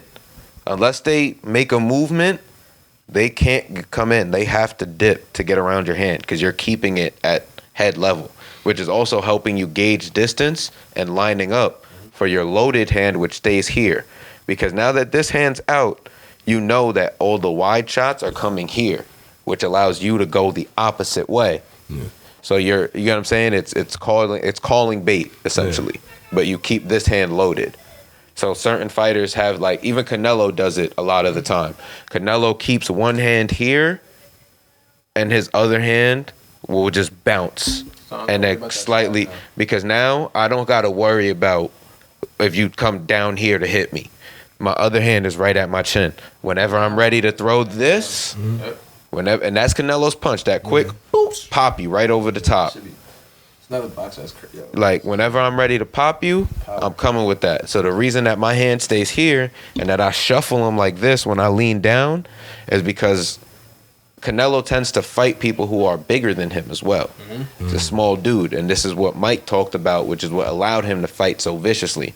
I'm already smaller than you. But if you look at their body structure too, they have large backs. I'm wide. It's crazy. I'm wide. I know what this can do from a swing. It's that quick little. So my rotation in this quick, if I really load from all the way here, surge the power all the way up through my back and come around, like a fatality. You're going down. That power's locked in there already. It's almost like the compact boxer who's like really, it's the built-in power. It's like if you're looking at power forwards, you could go Jaren Jackson, and then you could go like KG. Those are like the thinner power forwards who have power, and they could like basically just overpower you, but they have length. Yeah. If you look at the burly power forwards, like you go Giannis. Zach Randolph. Zach Randolph, yeah, perfect. Yeah. It's compact body. Charles Barkley was 6'6", but still it was compact. So it's power in there. It's just like I'm a little bit smaller than you, but a lot more explosive. Yeah. And that's what it comes down to with Mike as well. So it's like, I'm compact, a lot more small, but that's what I'm fighting you, who takes much longer to load up. Not only am I already faster than you, but I've perfected the art of charging and focusing my power at such an alarming rate that all it takes is boom. Yeah, and you know that. Yeah, I know that. And with Mike, so you now have to fight me at a distance. You know what? Which gives me the ability to continue to walk you down. Because the moment I get inside your distance, you have no recourse. Yeah. Because most people, like you said, not you like you said, but if you have a slender, more taller figure, most people don't have the agility or footwork to just beat a man who doesn't have to take that much distance compared to you or change direction. It's a lot less of him to move. You get what I'm saying? Even though it might not be weight wise, because Mike was stacked. That was a stacked nigga. He was fighting some big dudes. I think about this shit every time I look at Mike Tyson, bro. I'm doing a collection for him too, but I think about it every time. What? No. I'm gonna present it to him. You feel me? But I'm trying to have it ready before I even go. Yo, look, this is what I have. Like, would you want to partner with me? Mm-hmm. Like, I always think of it like, yo, I'm the same size as Mike Tyson, bro. I've never looked. I'm like, yo, if I could box. No way. I'm probably like an inch taller than him. I think he's like 5'10". No. Me and you I was about to say, me and you were similar heights. Me and you were 2 inches taller than Mike Tyson. It was about. Mike Tyson is 5'8", which we said this on the last episode. I said the same shit. Mike Tyson is 5'8". I said the same shit the last episode of the pod. I was like, bro, I'm 5'10", 155 He might be pounds. smaller now. He's older. You know, Every single I person know for a in the fact, UFC, because my brother used wants to like weigh idolize the nigga. So in real life, he is really 5'8", like 5'8", and he was 220. 225, yeah. 225. He might have, even if he was 5'9", 5'10", That's still- 225. That's a it's huge insanity. nigga. It's crazy you said that though. 'Cause I'm thinking about like Floyd and them was like 5'8", 5'6". I feel like they're not that big. Devin Haney, Javonte's like 5'6", I think. What up, Pops? And Javonte's like 5'6", maybe 5'5". Yeah. But like the power that they have that comes from that punch is like the counter punch is crazy. It's and the person who does that, he does it similar, but he's not built like them as Floyd. But he does it from a defensive standpoint. So it's like when I do the Philly shove, that arm that's under, I could give you an uppercut, I give you a hook. You know, the jab is power coming from the jab, but if you come in too close, I could go over the top, hit you, and you're gonna feel the power. It's crazy, bro. Like boxing is really a great sport where it's like you looking at chess or something. I was just about to say, everybody call it chess. It's chess, but you're fighting. So and like you actually see your pieces moving. Like you have to know like what your haymaker is, like how like a queen is like a all out, but you don't want to look, you don't want to throw your haymaker wrong. And now you get you want to hear something funny? I heard a take on John Jones. Somebody said somebody said Goated. John Jones, he's not that good because they say most of his direction of fighting, he doesn't naturally have the instincts of a natural born fighter to like call it like. Who is saying this? Who said He that? said somebody that I believe he's another UFC fighter that fought him or was supposed to fight him. He like, clearly didn't win. He clearly beat him. So whatever he's saying is completely irrelevant. It's not Reyes, right? It's not Reyes. You're talking about. Nah, it's not Reyes. Because I was about to say, Reyes took that L. Last fight. Reyes took that L. I'ma just say and this. and been acting like John Jones ain't shit ever He's been since. saying that unless John Jones is getting directions from his corner or his coaches, he's staying in the load up position, waiting and just Because no. okay, so I'm gonna tell you something. I'm gonna tell you something. So listen. He's So having a corner, supposed to he's do that. bad because he actually has a corner that he listens The point he's trying to. to get to is that take that whole corner away. John Jones is getting thrashed by anybody. All right, so here's what I'm gonna tell you. Here's what I'm gonna tell you. Take There that was corner in that direction away to help him. You're right, but I'm gonna tell you why you're right. the one instincts as a fighter. John Jones might be unmatched.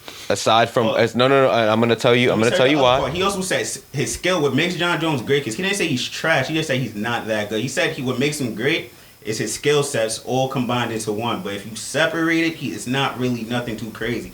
But the compilation of them all together and him being John Jones, that natural. Well, that's the point. That's the point of what makes him MMA. great. Your And skill being set is supposed to be a compiled skill set, not just I'm a Facts. striker. And that's why a lot of the guys come into the UFC. You could have and been they a nigga lose. with just one right hook. No. And UFC won. No, but not even that. I think Not he's even trying to get to that. the point to where somebody can really break him down. If No, they so try to no, single they something can't. out. No, you can't. And here's the thing. Because there's too many That's other the thing things that's he's great at. It's John Jones. I'm gonna tell you right now. His biggest skill, like they call him John Bones. Like that's the thing. The thing to me is Batman, bro. I call that nigga Batman. I look at Batman the same way.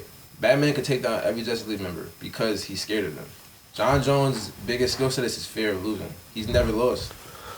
And He has won no contest. He's never Because lost. he gave an accidental 12-6 elbow when he was already massacring somebody. Yeah, after the nigga already doing He's work. learned to defend himself. At every level you say he's not that good at, he's learned to defend himself properly to get out of that level. That if he's losing at that point, I'm gonna put you in wrestling if I can't beat you on striking. I'm gonna stop whatever momentum you got going so I could charge back up. John Jones is one of the strongest fighters. Well, at that weight class, he was light heavyweight, but he's walking around at like what 6'4". Yeah. His wingspan I think is like almost 80 inches, if not, if probably longer. He has a crazy wingspan. And Long ass naturally legs. built. He's built a crazy athlete. His brother's in the NFL. He's a different. John Jones was a D1. John Jones was a D1 wrestler. Yeah, and that's what people forget. And John it wasn't Won- like he was. like people say he's not good, and this is what I'm trying to he was get a at. D1 wrestler. John Jones' instincts as a fighter, not as a wrestler, not as a striker, not as a Brazilian jiu-jitsu artist, not as a kickboxer, as a fighter, are almost unmatched. There are only maybe 3 people I have ever witnessed fight with that level of skill. That is George St. Pierre. And fucking and when he was really at the height of his shit, Lyoto Machida.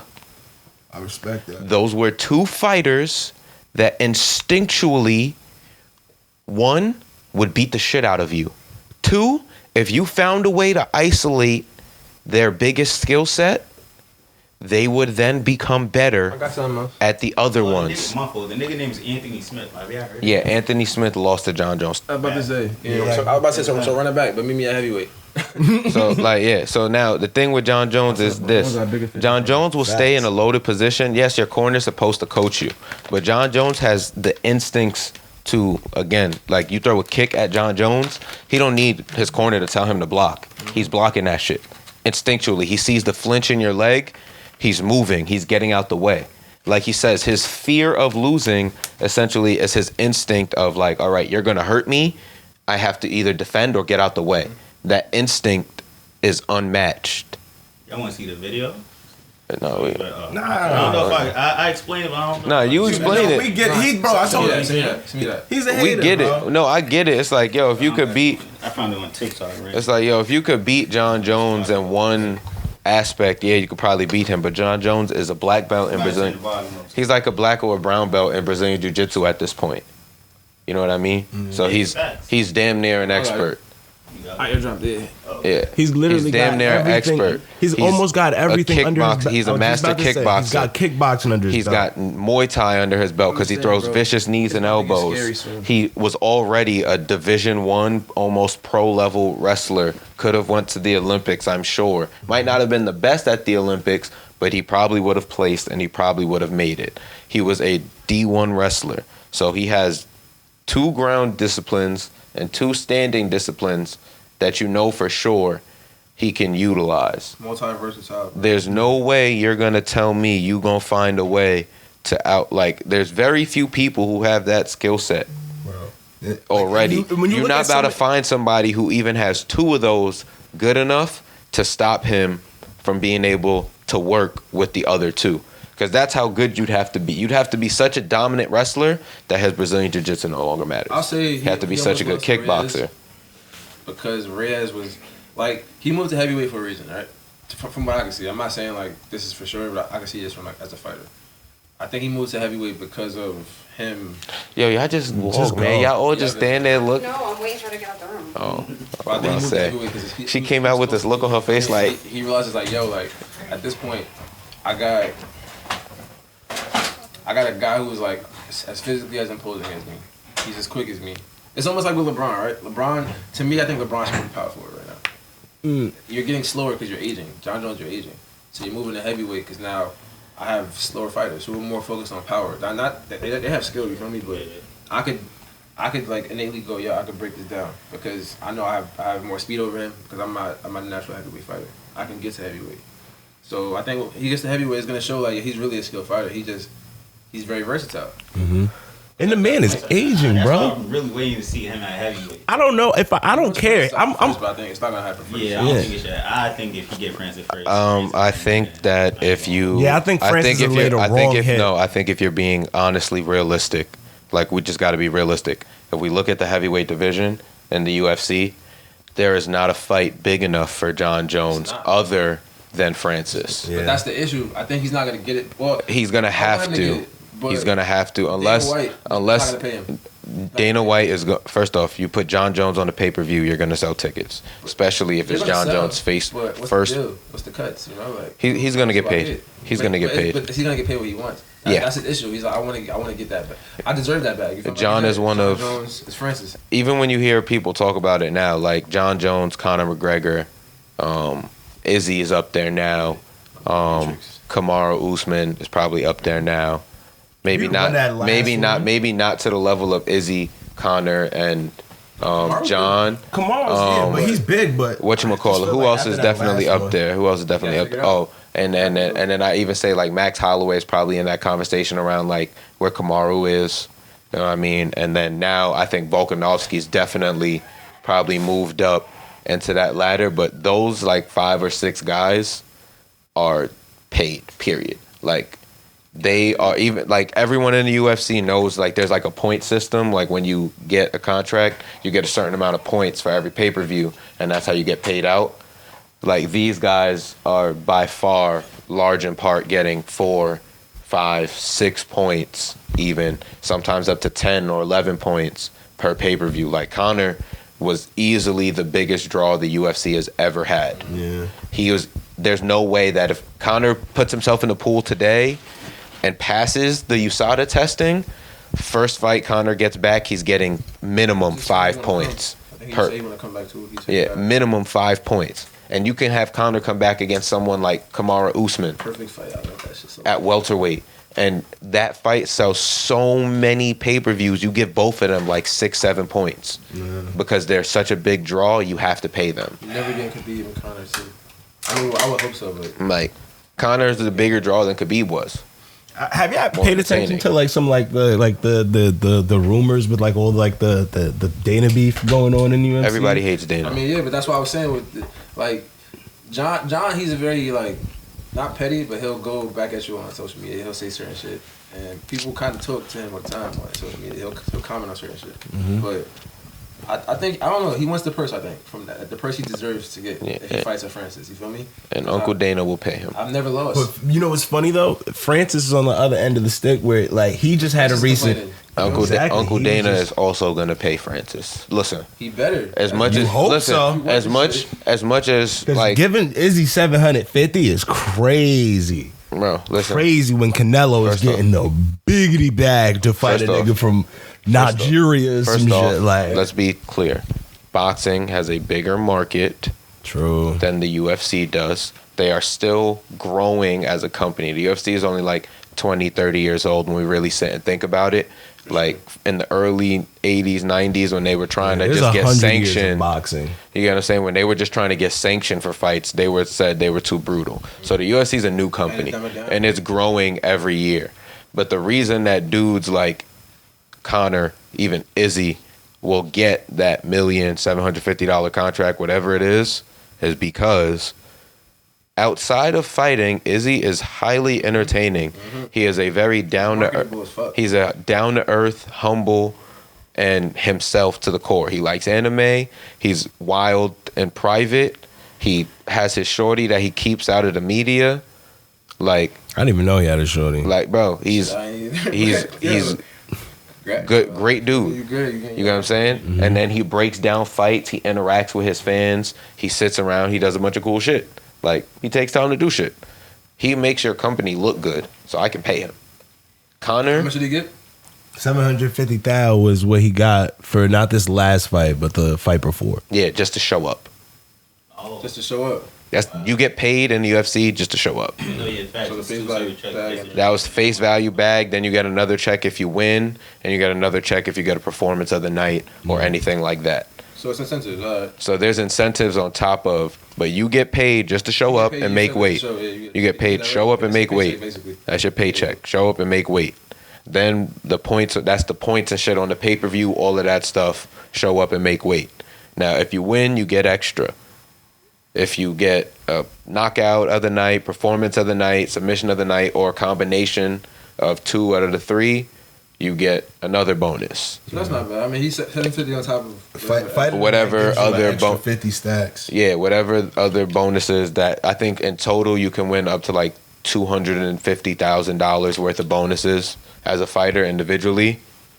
So like you can win a shit ton of money on top of whatever your value is there. Like probably 4 million, 5 million to fight.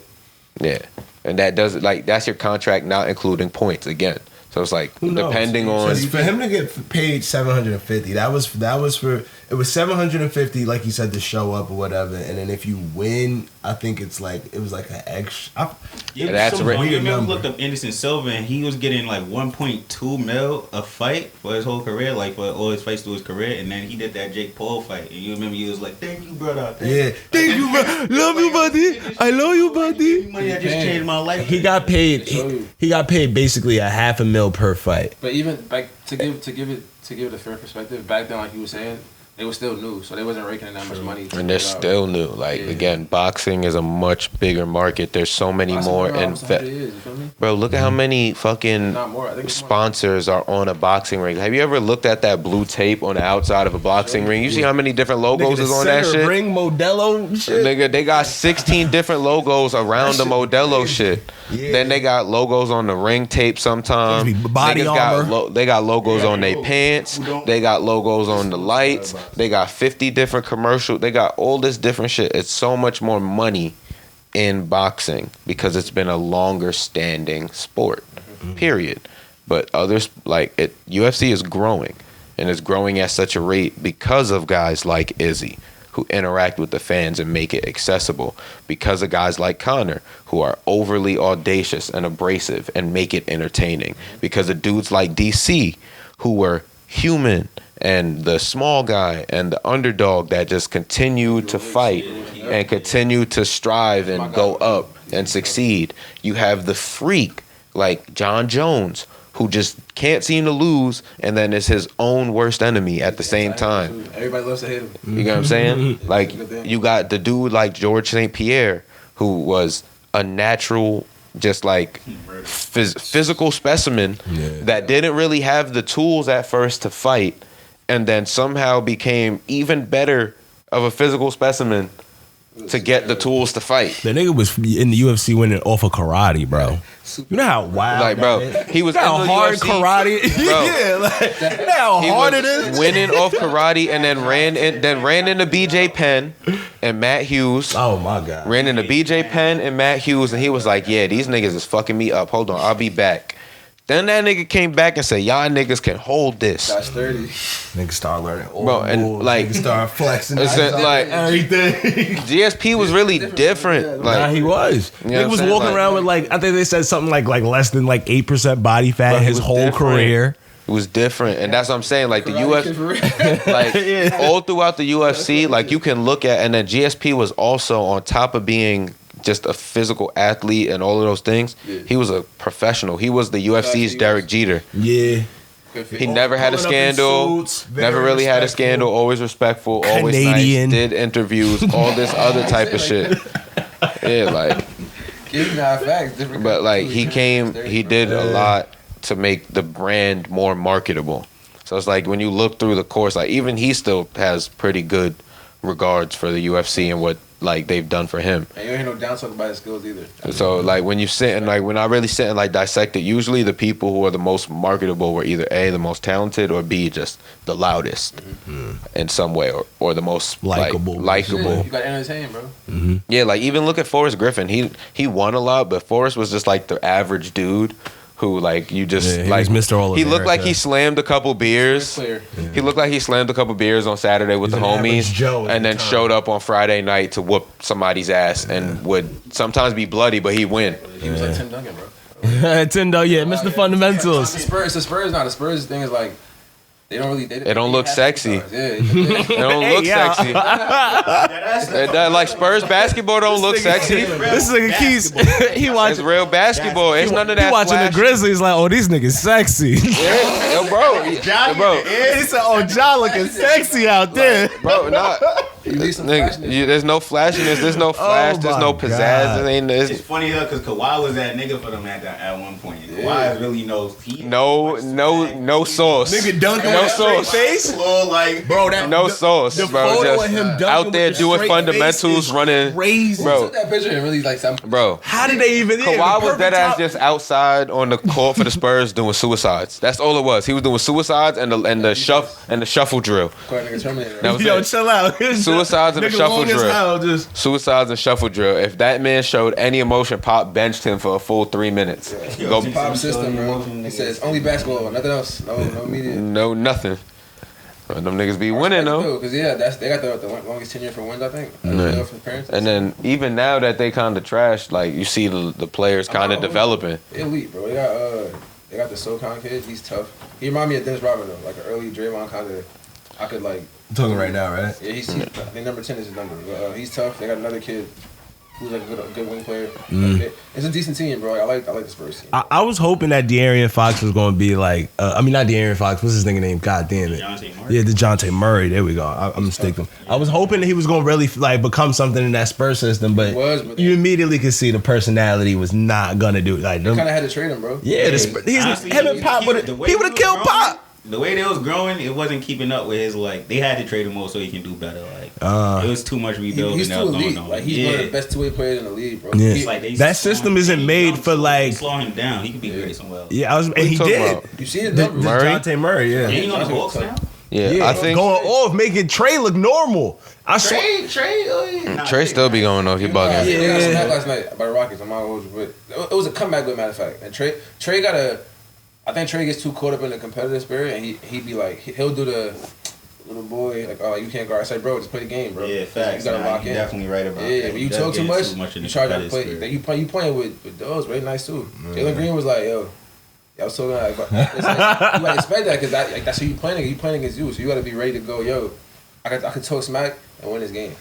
Like, that's a fact. Is Jalen Green on the Rockets right now? It's Jalen Green and I forget the other long head little nigga. That's Kevin Porter. Kevin Porter Jr. Nasty. Yeah. Yo, I like Kevin Porter Jr. more than Jalen Green. I ain't gonna. Kevin Porter Jr. is nasty. I'm not gonna hold you. Just think about this. He was on Cleveland, bro.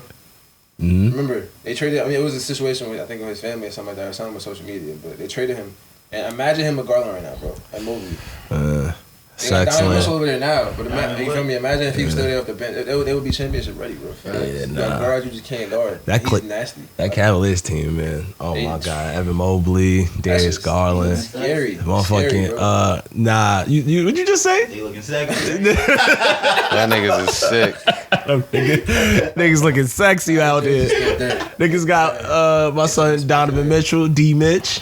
Yeah, what's he averaging? Like 30? Bro. Fucking me up, Shea Gilgeous. Shai Gilgeous Alexander. Say his name right, nigga. Throw some respect on my son's name. Thunder up. Let's go. You know what I knew Shai was season, bro? It was the year that Chris Paul went to Thunder. And my man, I was talking to him on Twitter, and he was like, yo, like, he said, they're not going to the playoffs. I said, watch, they're going to make like 5th, 6th seed. They wasn't in the playoffs that year, bro. Yeah, I remember. They actually was doing way better than everybody expected. Shai need to play the 2. If Shai play the 2 regularly, it's over. And remember, Shai came from the Clippers. So imagine him if he was supposed to be there with Kawhi. Yeah. He got drafted by the Clippers, I think. Yeah, he got drafted when he got the pick. But they traded him after because they was like, they want a PG. Now imagine Kawhi needs a point guard, bro. So imagine it was him, Kawhi. Who else they got? They got Reggie Jackson. Yeah, Reggie Jackson. And one of the Morris brother, one of them. Nah, Morris is one of the Nets, I think. Isn't one of the other Morris still on the Clippers? One's on the Celtics, I think. Yeah, one's on the Nets. He was on the Clippers. I feel that's what I was saying. I'm like, they both move around a lot. Now, like they traded him to the Nets. Yeah. One of them was in the Heat at one point too. Yeah. He barely played on the Clippers too. I think he was injured all the time. He was injured. Yeah, it was like, bro, like, come on, that NBA health is important though. That matters in the championship run. Mm-hmm. If you're not ready, Chris Paul. That's why the Celtics went to the finals last year. Damn, the 1 year Chris Paul was ready. Chris Middleton. Nigga, fuck his pinky or his thumb? God don't want him to win. I'm not gonna hold you because the 1 year he was ready, God said, yo, let's make a 2K creative character and put him in real life. Put him on the Bucks. Yo, dead ass. Giannis was dead ass like, yo, what? Everybody, bro, how was he defended Ayton? Oh yeah. And Chris Paul. That's 3 levels of like. How you go? You feel me? He shut the whole. You defended 3 different types of scores. Yeah, 3 different types of scores. That man was cheating. Speed, everything. That man was cheating. You gotta drill on top of that. Nigga, Giannis turned all his sliders on up. Giannis turned all his sliders up. He said, "You know what? I'm winning. That's it. That's it. I don't like this. I don't like sliders all the way up. I'm scoring." I'm like, this man is not real, bro. Nah, yeah, he was on some real next level shit. Yeah. Can't hate on Giannis though. You gotta let that man cook. I hate to hate NBA players and be like, yo, he's not good. I hate denying it because I did that probably the first 3 years Brown was in the league. Only because my brother would pick him in 2K, not 2K. He picked him in NBA Live. That nigga Brown. You was fucking with Brown back then. I'm like, yo, why? It was cheating to me, bro. Like it's almost like you don't see the games live that much, and you play the games and you watch like TV. And then that nigga be doing some shit in the game that just seems so unreal. Like, it's a game, I guess, unrealistic, but like, Nigga, this nigga Superman or something? Like, imagine NBA Live 09 and LeBron is like a 96 overall. But he's a small forward and most small forwards not that high. Yeah. His speed is fake. His speed is fake, 98. Yeah, he can block everything. He's strong as hell. He has handle like a guard. And my team is the Heat, so I'm playing with D Wade. I'm like, yo, bro, I could cook, but I'm like, why is this 6'8" nigga really everywhere on the court? Why is he guarding me? I'm 6'4". Why is he locking me up? Yeah, like it's a cheating, bro. But then you start seeing it in real life, it's like, yo, he's really like that. He's fake, bro. Like he's a 2K player, creative player. Like, Odom, bro, Bron, Steph. At one point, shooting threes like that was not real. Yeah, it was on that. Nigga, Steph broke 2K for like 3 years in a row. He broke real life. Yeah, he broke. Nigga, I used to, yo, I'm not gonna hold you. Like I used to be like, he's soul, bro. Yo, people really like. Nah. That's how I felt about Kobe, but Steph is in that category. Kobe my guy, too. because Kobe was making the craziest. But yo, Steph, before Steph, nobody was shooting the three and turning around. Look at that nigga's like. Yeah, so like, like, bro, what? That's crazy. How you know it was after 3 seconds? How you know it's going? It was water. It'd be water. Nigga said what? The picture of him looking at the crowd like this, like I'm like, bro, he been doing that for years. Y'all just seen this shit? He does it in the game. He's Does this shit in the game. It's animation in the game. Like, bro. He's really the greatest. Nah, they did do that shit in 2K. It's sick. Like, how do you know it's going in? Like, you barely got it out your hand. And you took it to my. You barely got it at your head. Nah, Imagine funny, I think my you moved bench. basketball probably like 60 years ahead. Because now all the little niggas now is like you 6'7" shooting threes from 30. If they want, the reason that most centers that are centers are out of the league is because they can't shoot. Dwight Howard should be in the league right now. Yeah, he just can't shoot a three. But he can't stretch the floor. Like he can't stretch the floor quick enough. It's efficient, but it's like, bro, can I kick this out to you when you got somebody coming to you in 2 seconds? Nope. And you can shoot like, nah, bro. He ain't shoot the three yet. Now he's Like, not bro. doing all that. Yeah, y'all ready for the Victor Wembanyama years? That's the new generation that's coming. Giannis done made the NBA break. Giannis start shooting. Y'all seen Giannis shooting threes this year and shit? He been shooting threes for the last. He's really pull. It's a pull up. Nigga, he's pulling up on. He's running down the court, crossing over and saying, "Fuck this." In rhythm, he's Yeah, he ain't hemming niggas. Like he doing like a little hezzy. Like, he'll do like a little stop on the fast break. Like he coming down the court, full head of steam. He'll hit like one little like gather dribble because your momentum going the other way, trying to keep up with him. He got you off balance now. He stopped. He's like 38% from three. It's over. I'm not gonna lie, bro. Like, I think he's shooting like 35% gangster. I ain't gonna front. It might be 35, shots. 30, like 37 maybe, like right there. I ain't gonna front. Teetering. I think he missed like 2 games, I think, so it dropped a little bit, but. Yeah, he's pulling that thing. Yeah, he's about to be the greatest player in God's creation if he gets that three just up. I'm not gonna lie, bro. Like, because that's scary. Until the new Bill Russell, aka Wembanyama, comes through. Even Wembanyama not gonna be able to do nothing with that, bro. Nah, he's gonna be a prop. Nah, he gets. Depends where he go. I want him to go. I want him to go to the Spurs because I know Pop will make him nasty. Yeah, bro, we forget that player development counts. Giannis really got his weight up. Like we all forget that. Like Giannis came in and played point guard for the Bucks 1 year, and he was when he was on the Bucks. He was a point guard behind Brandon Jennings because he was skinny and small. He didn't have any formal. Like, he wasn't crossing niggas, bro. Yeah, it was more so like I got fundamentals. It was development. It was all development. He was playing like Giannis now, just smaller and more scared, I feel. Like, yeah. Petite, yeah, you can say that. He did have a baby shot back in those days. No, he didn't. Yeah, it was a baby shot. No, he didn't. He could not. He was clutch, bro. He could not shoot. His shit was all his shooting all his shooting stats was garbage. Bro, I used to use the Bucks because Brandon Jennings was on that team in 2K. Yeah, my boy BJ. And what's the Larry Sanders. Larry Sanders nasty. He was. Larry Sanders was on that team in 2K, nigga. Yeah, Monte was there too. Only for 1 year though. Only for one. Only for 1 year. Yeah, but that was annoying. Larry was going crazy, nigga. I was going crazy. I was going crazy. That was nasty. That was a nasty. Get dropped 40 on somebody in the first quarter. Miami was my squad, and now they told that shit. I said, damn man, why I had to do it to my son BJ? Brian was alright, bet sweep these niggas. No funny. Y'all talking too crazy, like bro. But they was nice, but you gotta like look at the player development. Like I said, Giannis. Yeah, Bron don't be having that shit neither. He came in like small, bro. Yeah, mad small. And look at him, he's bullying. He going back and forth with Embiid and shit, like bro. Like that niggas are giving 40 points. Giving 30. That nigga is huge, bro. Luka about to be that man though. Luka's scary. I think that's the one nigga that sold this. You said Luka's scary? Yeah, that nigga. Oh, I thought you meant like on like some he pussy. I'm thinking like, nah, he's wild. The Doncic language is a language we will all speak one year. Bro, I don't know what you be talking about with this Doncic language shit. Yo, you got it. Paul Pierce. He like Paul Pierce or somebody else, bro. It's somebody else. I don't think they've been created yet. But they be saying Larry Bird, but he got the skill. I can see Larry Bird. They say Larry Bird. I'll throw Larry Bird in, but it's still somebody else that hits that. Yeah, the Paul Pierce. Yeah, you know who it is? I'm not gonna hold you, and I hate to say it because he's still there. It's Harden. Yeah. I say Harden. Paul Pierce and Harden is an OD. Like him and James Harden got the same type of style. Harden they got both style. had the same pace type of thing. Harden got that style though from Ginobili though. Yeah. Luka plays He's basketball. not fast. He plays at his own pace. He'll slow it down and quickly speed it up. Yeah. But he has that jumper. Luka plays like Penny Hardaway at the size. Penny Hardaway? Old Penny after his knees was gone. All right, I think Old Penny. Old Penny, not young Penny where he thought he was high flying dunking on niggas. We talking about slightly heavy set Penny. We talking about slightly heavy set Penny where he was just out there and like, you know what? I'm just better than you. So I'm a When you came to Miami, I was like, oh shit, we lit. 2K was not forgiving, bro. Yeah, they was like, and they said, nah, he's slow now. I'm kidnapping my car keys. Oh man, Which one call it? But let's make sure call it. Get to another topic. Yeah, for our cameras, Don Shane's about to be full. Yeah. Which one call it? You have a brand of your own, my guy. Yes. Are you wearing it right now? Yeah, actually? World's that Not shit Fair. is hard. Yeah, good looking, man. This is the. I mean, this ain't. I might change it up because I don't know like, what I want to promote what the brand's actually about. I can make stuff that's kind of cool. Like this was the idea to me I got from like a mafia movie. Like.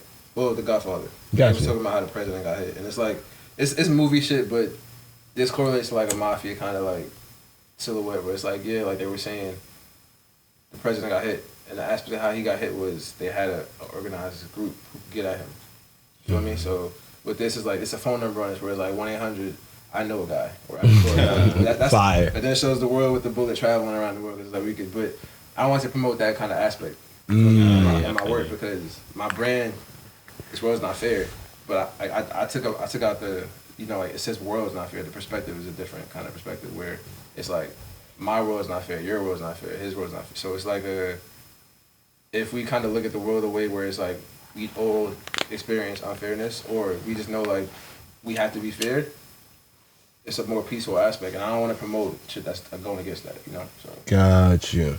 So somewhat of like an acceptance of this unfair world is what you're saying, where like if you acknowledging it and basically almost making sure you go against that, making sure you're not going to be one of those things. Responsibility. It's like don't be a burden to somebody else. Like if you could be a good person, why not? Exactly, because there's already enough bad people out there. Like why add to it? And then it's like it's also reminders too because I know a guy, but I ain't using him. You know what I mean? Like it's like I'm exercising fairness. Like I was reading the meditation by Marcus Aurelius, and it's showing you like he's an emperor. Yes. Has all this power, but he doesn't exercise it because he understands like. I've been like super big on Marcus Aurelius. Like I'm trying to buy the meditations, but I've just been trying to find a good translation. You want the physical copy? Or you I don't know what it is, man. I just like physical that screen and that because you can feel it. It's almost like with your phone. You could think about how your phone could transport you to like an island. You can see how somebody's living and you want to go there. The book is the same thing. You feeling it, but you visualizing it now instead of the screen in front of you. So I definitely feel like you want the book. I think I have a book, and it should be it's a smaller one, but it should be like the translations and everything. I got you, bro. I've been reading that book. I'm looking at how to just not more so exercise my power, but any power that I can give myself. It's always like, yo, don't let it corrupt you. Don't. You should. What is the Absolute power corrupts. Absolutely. Yeah. No, but in the book, Marcus Aurelius has a what you can call it. Don't be drowned in purple. Yes. That is the term because purple is a sign. We know it as the color of royalty, but the real reason why it is because it was such a hard color to produce. So like you had to go through a crazy process, and it involved a lot of people. So once you finally got the purple, it really was some royalty because you had to spend a bag just to get it. And it was like he said, it was so unique that at the time, because it was just like you only seen it in nature, but even with nature, you couldn't just take like a lavender and just rub it on something, rub it down and get mad purple, like a deep royal purple. So yeah, he had there's moments in the book where he spoke about not being drowned in purple, because that be draping yourself and actually living as an emperor at the time. He said you don't want to get Caesared. And that was basically, so you don't want to be Caesared by being drowned in purple, basically. That was like I'm fucking up the quote, but that's basically what he was aiming at. That's why I told you to read more. Yeah. Shut your ass up. I'm trying to read the book, and I've been like studying the book. I've actually like taken part of his daily what you can call it, his daily I forget what it's called in the book. Because it was literally with him, just thought processes of I wake up, I write something. Yes, the waking up, his daily routine in the book. I'm trying to follow it. Or something like that, it's always thinking of yourself in third person. Self-awareness, yeah. It's like you're thinking of not only yourself but others. Keeping your room clean. All these different things are actually in the book that he stresses that like helps him stay Marcus and not the emperor. Mm-hmm. And that was a big thing about that in that book. And the what is it? The daily something the Stoic. I forget. It's like the Meditations of Marcus Aurelius, and then it has like a second name.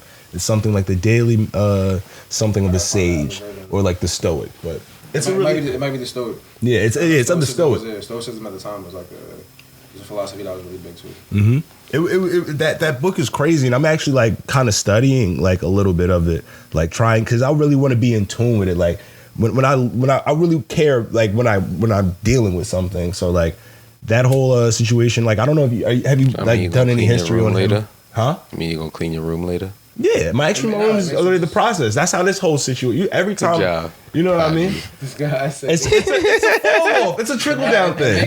It kind of gives you work to do where it gives you a purpose. Like if you just go home and say your room's clean, are you going to sit there? Like you might want to do something else that is possibly to be done. Like have writing. Yeah. Like don't just procrastinate. You can procrastinate because we all have that gift to go. Let me do this. I can just chill, but. Do you want to chill, or do you want to like do something else that made you feel good? Like it was something great in the book that like people like talk about it because like it seems so relevant to today because of the way he speaks, but it's only because of he being that he was so well educated. He knew Greek, and Greek is still like you can translate that to today. So like he was a Roman emperor, but the language that they use in philosophy at the time is Greek. So like he actually wrote the book in Greek and whatnot. So it's still very translatable to us today. So what like makes it fire though? That book wasn't never supposed to come out. Never, yeah. They were supposed to like burn. He said like destroy my writings when I'm going. They were supposed to destroy it. It's a diary basically. Yeah, but they thought it was so like important that what he wrote as an emperor. It was like nah, the public sees. I think that adds to the mysticism of it. I think so. Like the biggest thing in all philosophies, and this is why I think philosophy as a whole has kind of died.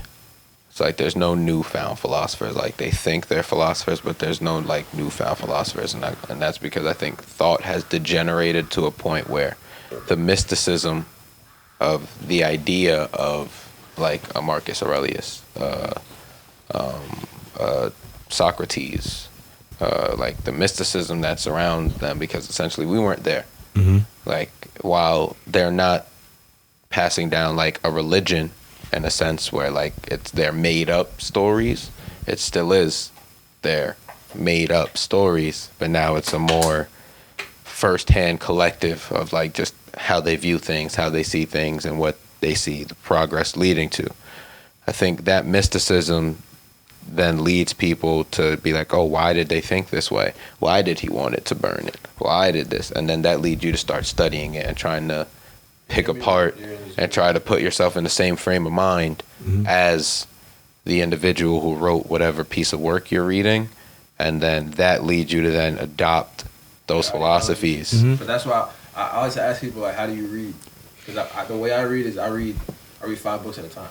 But it depends on my time that I have. If I have an hour in my day, I'll spend 10 minutes on each book out of 5. You feel me? And I would just go like, oh, I didn't focus on one idea for too much where it consumed me, and I just started doing that in my life. It's like like read different things, and then like just see what you can apply to that life today. You feel me? Like I could read a business book, I could read a U.S. government book, and I could read meditations for the day. and then like it's like, what am I applying that to my life? I can read Harry Potter for the day, and I'll go, all right, 10 minutes of this.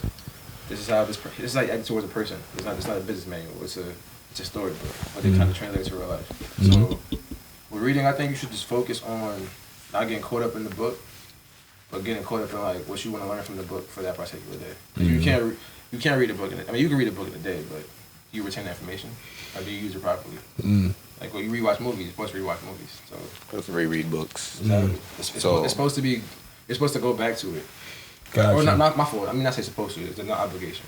You can go back to it, and you can learn something from it. That's life. You're supposed to learn from the past. Got you. Yeah, no, that's a great way to definitely put it. I still want to focus more on World's Not Fair and everything, but I totally understand why, as a creator of a brand, you would want to like study someone like a Marcus Aurelius. Like with all the power that you can possibly wield with owning a brand and exactly holding influence and power and everything, you kind of want to make sure you're using it for as good as possible. And I understand why you have the feeling of like not wanting to promote certain negativity through the brand, even though it's art and you're creating with good intent.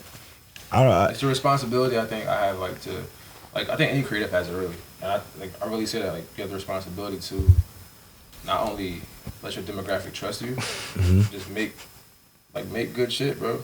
Like and make quality shit. Don't just make shit that you think is more so like gonna be popular and get you paid. Make fun shit. Now you can make shit to get paid, and it's cool. But do you respect the audience? Are you calling them dumb? Like, do you want them to enjoy the experience with you? Like, are you a fan of what you're making? You feel me? Yeah. And I always go back to that aspect. Like, yo, I like this hoodie. It's not only is it comfortable. The fabric is really good quality, but the print was like, yo, I wanted it to be looking aged. I wanted to wear it like at least 15 times to like make it aged, wash it, rewash it, like sun dry it. I wanted to have that look on it because I don't want that message to be like a shiny new object when you see it for the first time and you go, yeah. I want 800, I know a guy. It's like, nah, bro, like, that was an old ideology, and yet I existed, and you can learn from that.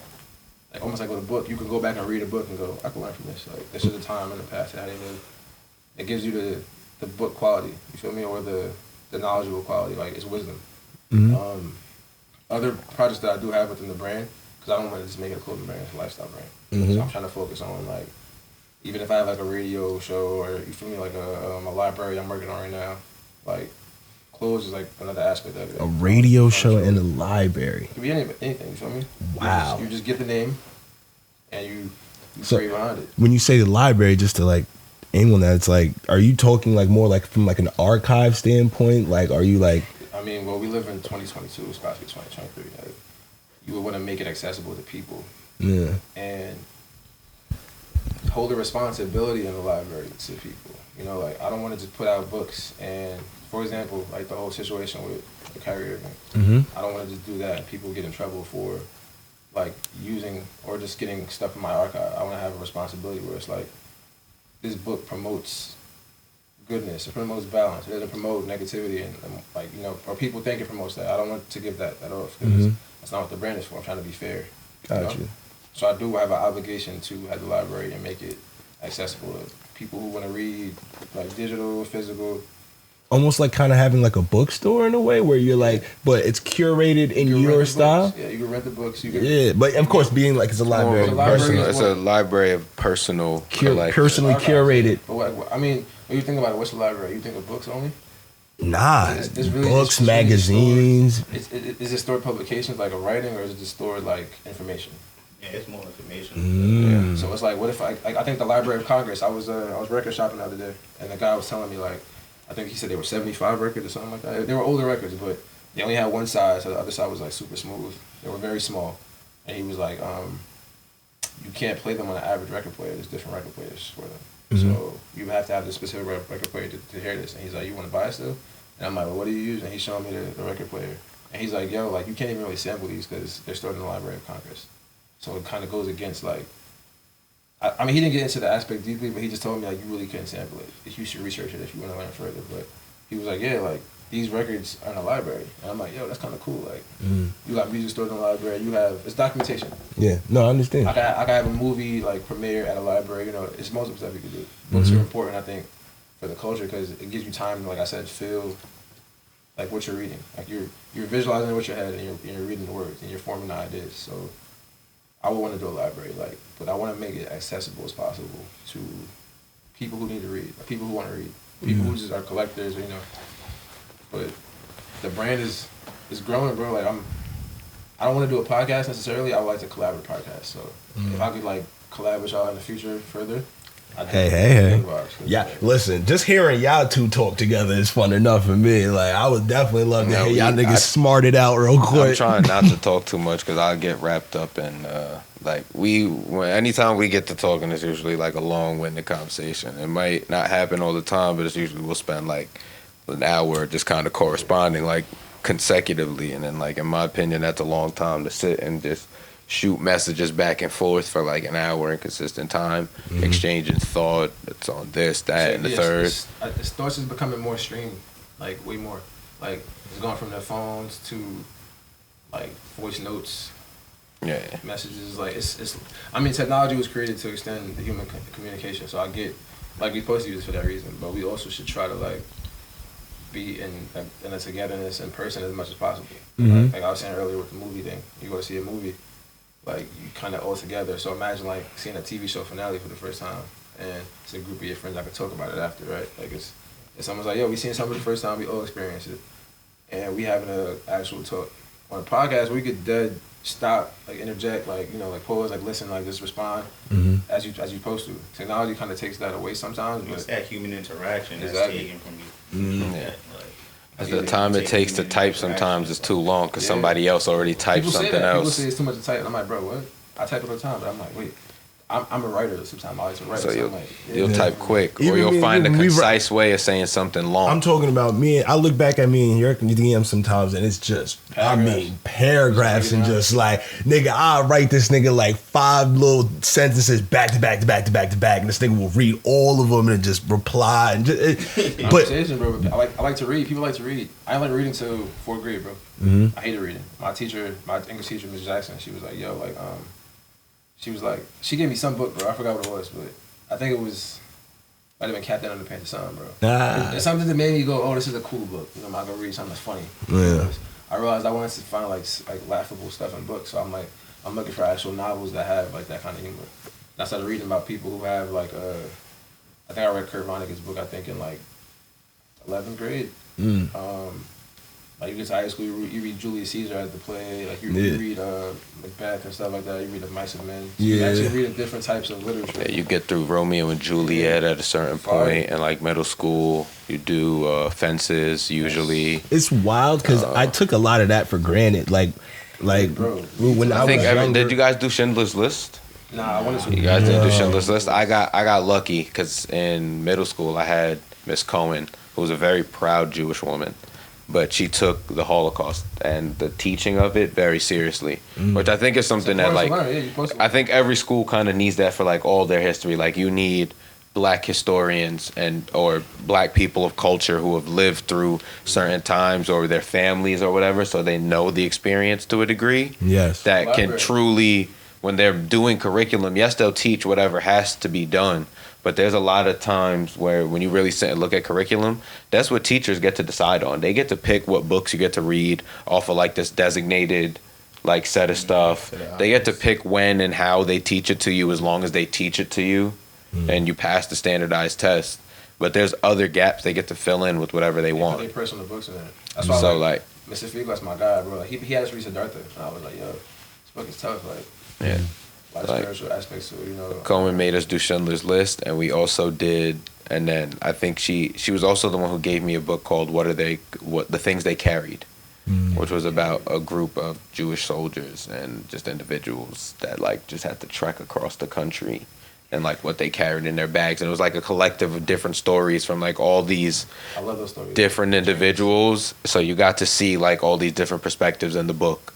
Of like all these little things they had, like, and it's called The Things They Carry because everybody would just like tie their stuff up and then like carry it to walk, to hide and stuff. It's like how we wear chains in my people. Yeah. You know, like I got this pendant from my grandmother, like this gold one, but it's like it's a symbol, you know, it reminds you of like who you are, where you come from. Like, yeah. I mean, it's very. individual shit, bro. It makes you think about your self awareness. You're the first person from like that I've ever heard like related to like a totem. Like I never like other people just like it's my you know what I mean my son, you know what I mean RP my grand whatever it is, but like people will just look at it as it's just jewelry or like an excuse to buy jewelry, but like when you put it like that, that's kind of like a. You could definitely splurge because I feel like you paying the aspect point. Like you're going like I'm giving my best artistic vision to somebody I hold dearly in my heart. I put this on my chain.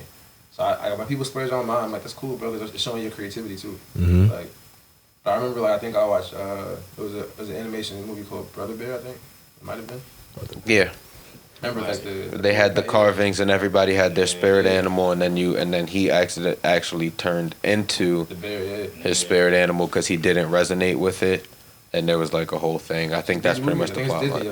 Yeah, it was like a Disney or a Pixar. I was about to say I think I know what y'all talking about. Yeah, there was a couple. I think there was like one or two. Yeah, I see the second one. I gotta see that because that was a tough There's movie. two. The first one was tough. Second one's fire. All right, before we let you go, because we've been shooting for a while, I'm sure we're getting close to when we gotta call it. We usually have guests come on and leave the viewers with,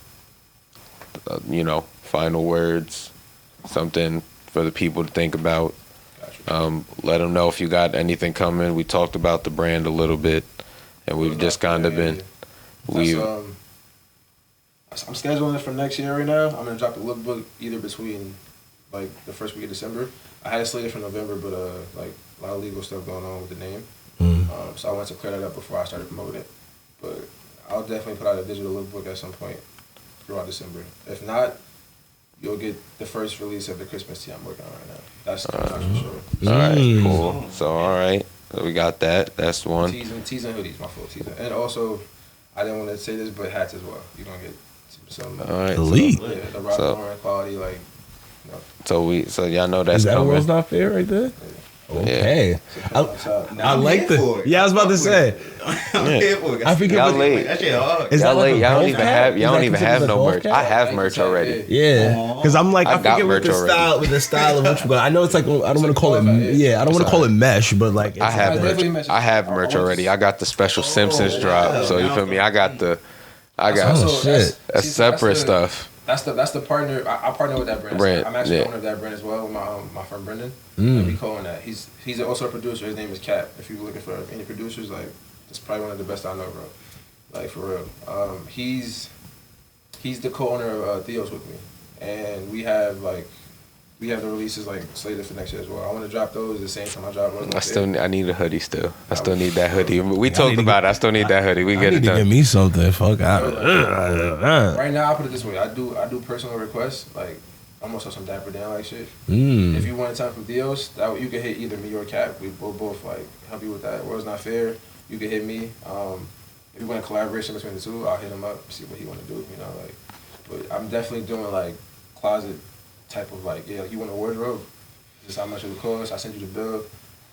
You send me the cash. I could take Cash App, but I'm using PayPal right now. Or I'm using Big Cartel. You know, you could go to those two, and then the transaction's made. I ship you the order. I bring it to you. You know, like if you need it for a birthday event, any type of thing like that, you can wear it anywhere. Vacations, I'm doing basically catering clothes. Nah, I ain't gonna lie, that sounds hard. I seen that shit. I made sure I copped it, and I just wanted to support my boy. I show it. I show out what I can sell. You feel me? And then he always tell me he not releasing shit. That should be getting me hot. Bro, I be asking him for shit all the time, bro. He be hitting me with the bro. I wasn't even planning on putting this out, bro. One-on-ones, you feel like, and it's not even like it's one-on-ones because I don't want to make it anymore. It necessarily like just happens because the company itself doesn't produce that product anymore. So now I'm working with people who know how to make like t-shirts from scratch, make like pants from scratch, like socks, whatever. Yeah. Nice. So I could go like, oh, my manufacturer will do this for me. Cool. I have set of my pieces. I hate telling people no, bro, especially when it comes to clothing, because it's like I'm making clothes that I want to wear for me, and I don't mind anybody wanting to go, yo, those is hard. You got more of those? Where you get those from? Is the dream? I'm sorry to cut you off, but is the dream to stay kind of like in this like custom like level, or you do hope to like lead to like at least a small amount of pieces on like a you know what I mean? I'm gonna do both because I feel like the stuff that we grew up on, like. Because I wanted to use the term mass produced, but not really. I'm gonna definitely work on mass producing it. I'm gonna just do it at a smaller scale than like the big dogs. Yeah. I can't compete with the big dogs, and I don't want to compete with them. You know, it's not about who has the most money in this aspect. It's more about who has a Don Draper. You know. Yeah. Like, Hey. you find the next Don Draper, and if you can't find him, do you want to work with him? I respect Virgil for partnering with. I respect any designer for partnering with a brand and going, yo, let's do this. I see Rue do it. Rue, he does his job with I forget the brand. It's is it Bally? It's a foreign brand, but it's very fire, bro. Like, and I'm just like, yo, you can collaborate with any of these brands, just like you collaborate with people. Mm-hmm. You can go. Like, I want to do the Tyson thing and go like, can you sign off on this? Can we collaborate? Because I'm making it because of I grew up watching you fight, and I study boxing. I study other fighting aspects, and I go, yo, like, I like the way this connects with like my brand, or I can make custom wear for it. I'll collab with any brand, bro. No, I'm more so like just making. Like, I like starting with custom, and I go, yo, can I mass produce this? If I can, I'm gonna do it, bro. I like that. I think I know exactly what you mean. But with me, I think I figured that out with photography, how to create a look for myself, and then just replicate. You get what I'm saying? But like I've been like trying to do that with video work, finding a style, finding a standard that I appreciate. You study too. I mean, you study yourself too, but you gotta look at like who inspired me to do this, or what people inspired me to do this. Like, I look at people who do music as well, because I'm working on music with these brands as well. I kind of want to keep that. I don't want to keep it separate, but I also want to collaborate music with the brand as well. Like, I've been working on my albums for the longest, but like you live with these things, so it takes a longer time to make like your first piece of project and go, this is what it is. Like, I'm looking to collab with any artist who need help production wise, like anything, because now I'm gonna go back to the point of like working on my specific style. You can come to World's Not Fair and get something you can't find anywhere else, or you can come here and you can ask us for something that you see that everywhere else. We can help you with either. Same thing with Theos. Same thing with whatever I'm usually a part of. Like, y'all could come to this podcast and y'all could like have a good time talking, bro. Like, you feel me? I don't want this podcast, but I approve of it definitely. We approve, nigga. Get your stamp, nigga. Get your blue check. Like, it's interactive, and it's how it's supposed to be. Like, whole time I'm saying, I might even pay attention to this mic, bro. I'm not paying attention to that mic. I'm just we talking, bro. And it's good lighting. That's it. I mean, we talking. I don't see these mics. Yeah. So you supposed to, you know, like put your stamp on. If you're doing something, put your stamp on it. Put your stamp on it, and be 100% where you at with it. And if you can't be 100%, work towards 100%. But accept failures too. It's gonna come. If you're working on anything, it's gonna come. Chasing perfection is not. It's not the best thing. You can't get lost in that, bro. You can't, because perfection is not. It's almost like it's not real. It's not real. You're looking for something that will never happen. You can't describe what perfect is. It's almost like describing like asking for the same definition of love from everybody. Everybody says love differently, or they tell you their experience of love differently. You can't pinpoint the feeling, but you know how it can make you feel. You can feel love, but you can't really describe it with one word. It's hard. Same thing with time. People look at time and go, how do you? It's all different perceptions. So, like, go 100% with what you're doing, and don't be afraid of failure. Don't be afraid of critique. Like, just do it. I like that. Just do it, bro. I like that. That was a nice little way to wrap the day. Necessary evil, my brothers. All right. Balance. So, Kai, as always, my brother, it's been a pleasure talking to you. I appreciate you coming out today, sitting down with us, spending some of your day. Slide early. You know, dummy. Morgan missed out on half the shoot because he was late today. So yeah, we'll definitely have you back. We'll do I think we'll that's do some one other thing. stuff. I'll premiere an album on here, but whatever y'all. Yeah, no, we'll work on some stuff. We've everyone we've had on, we've been trying to just because, as you said, like the goal of doing all of the stuff we're doing is to eventually get better. Like if we start here, that's great. Let's make the best of everything that we got. But let's continue to try to find the other pieces that are missing. Find the things that we can do. Find the things that we can replicate that work well. Find the things that other people do that we can implement that are possible necessities for advancing.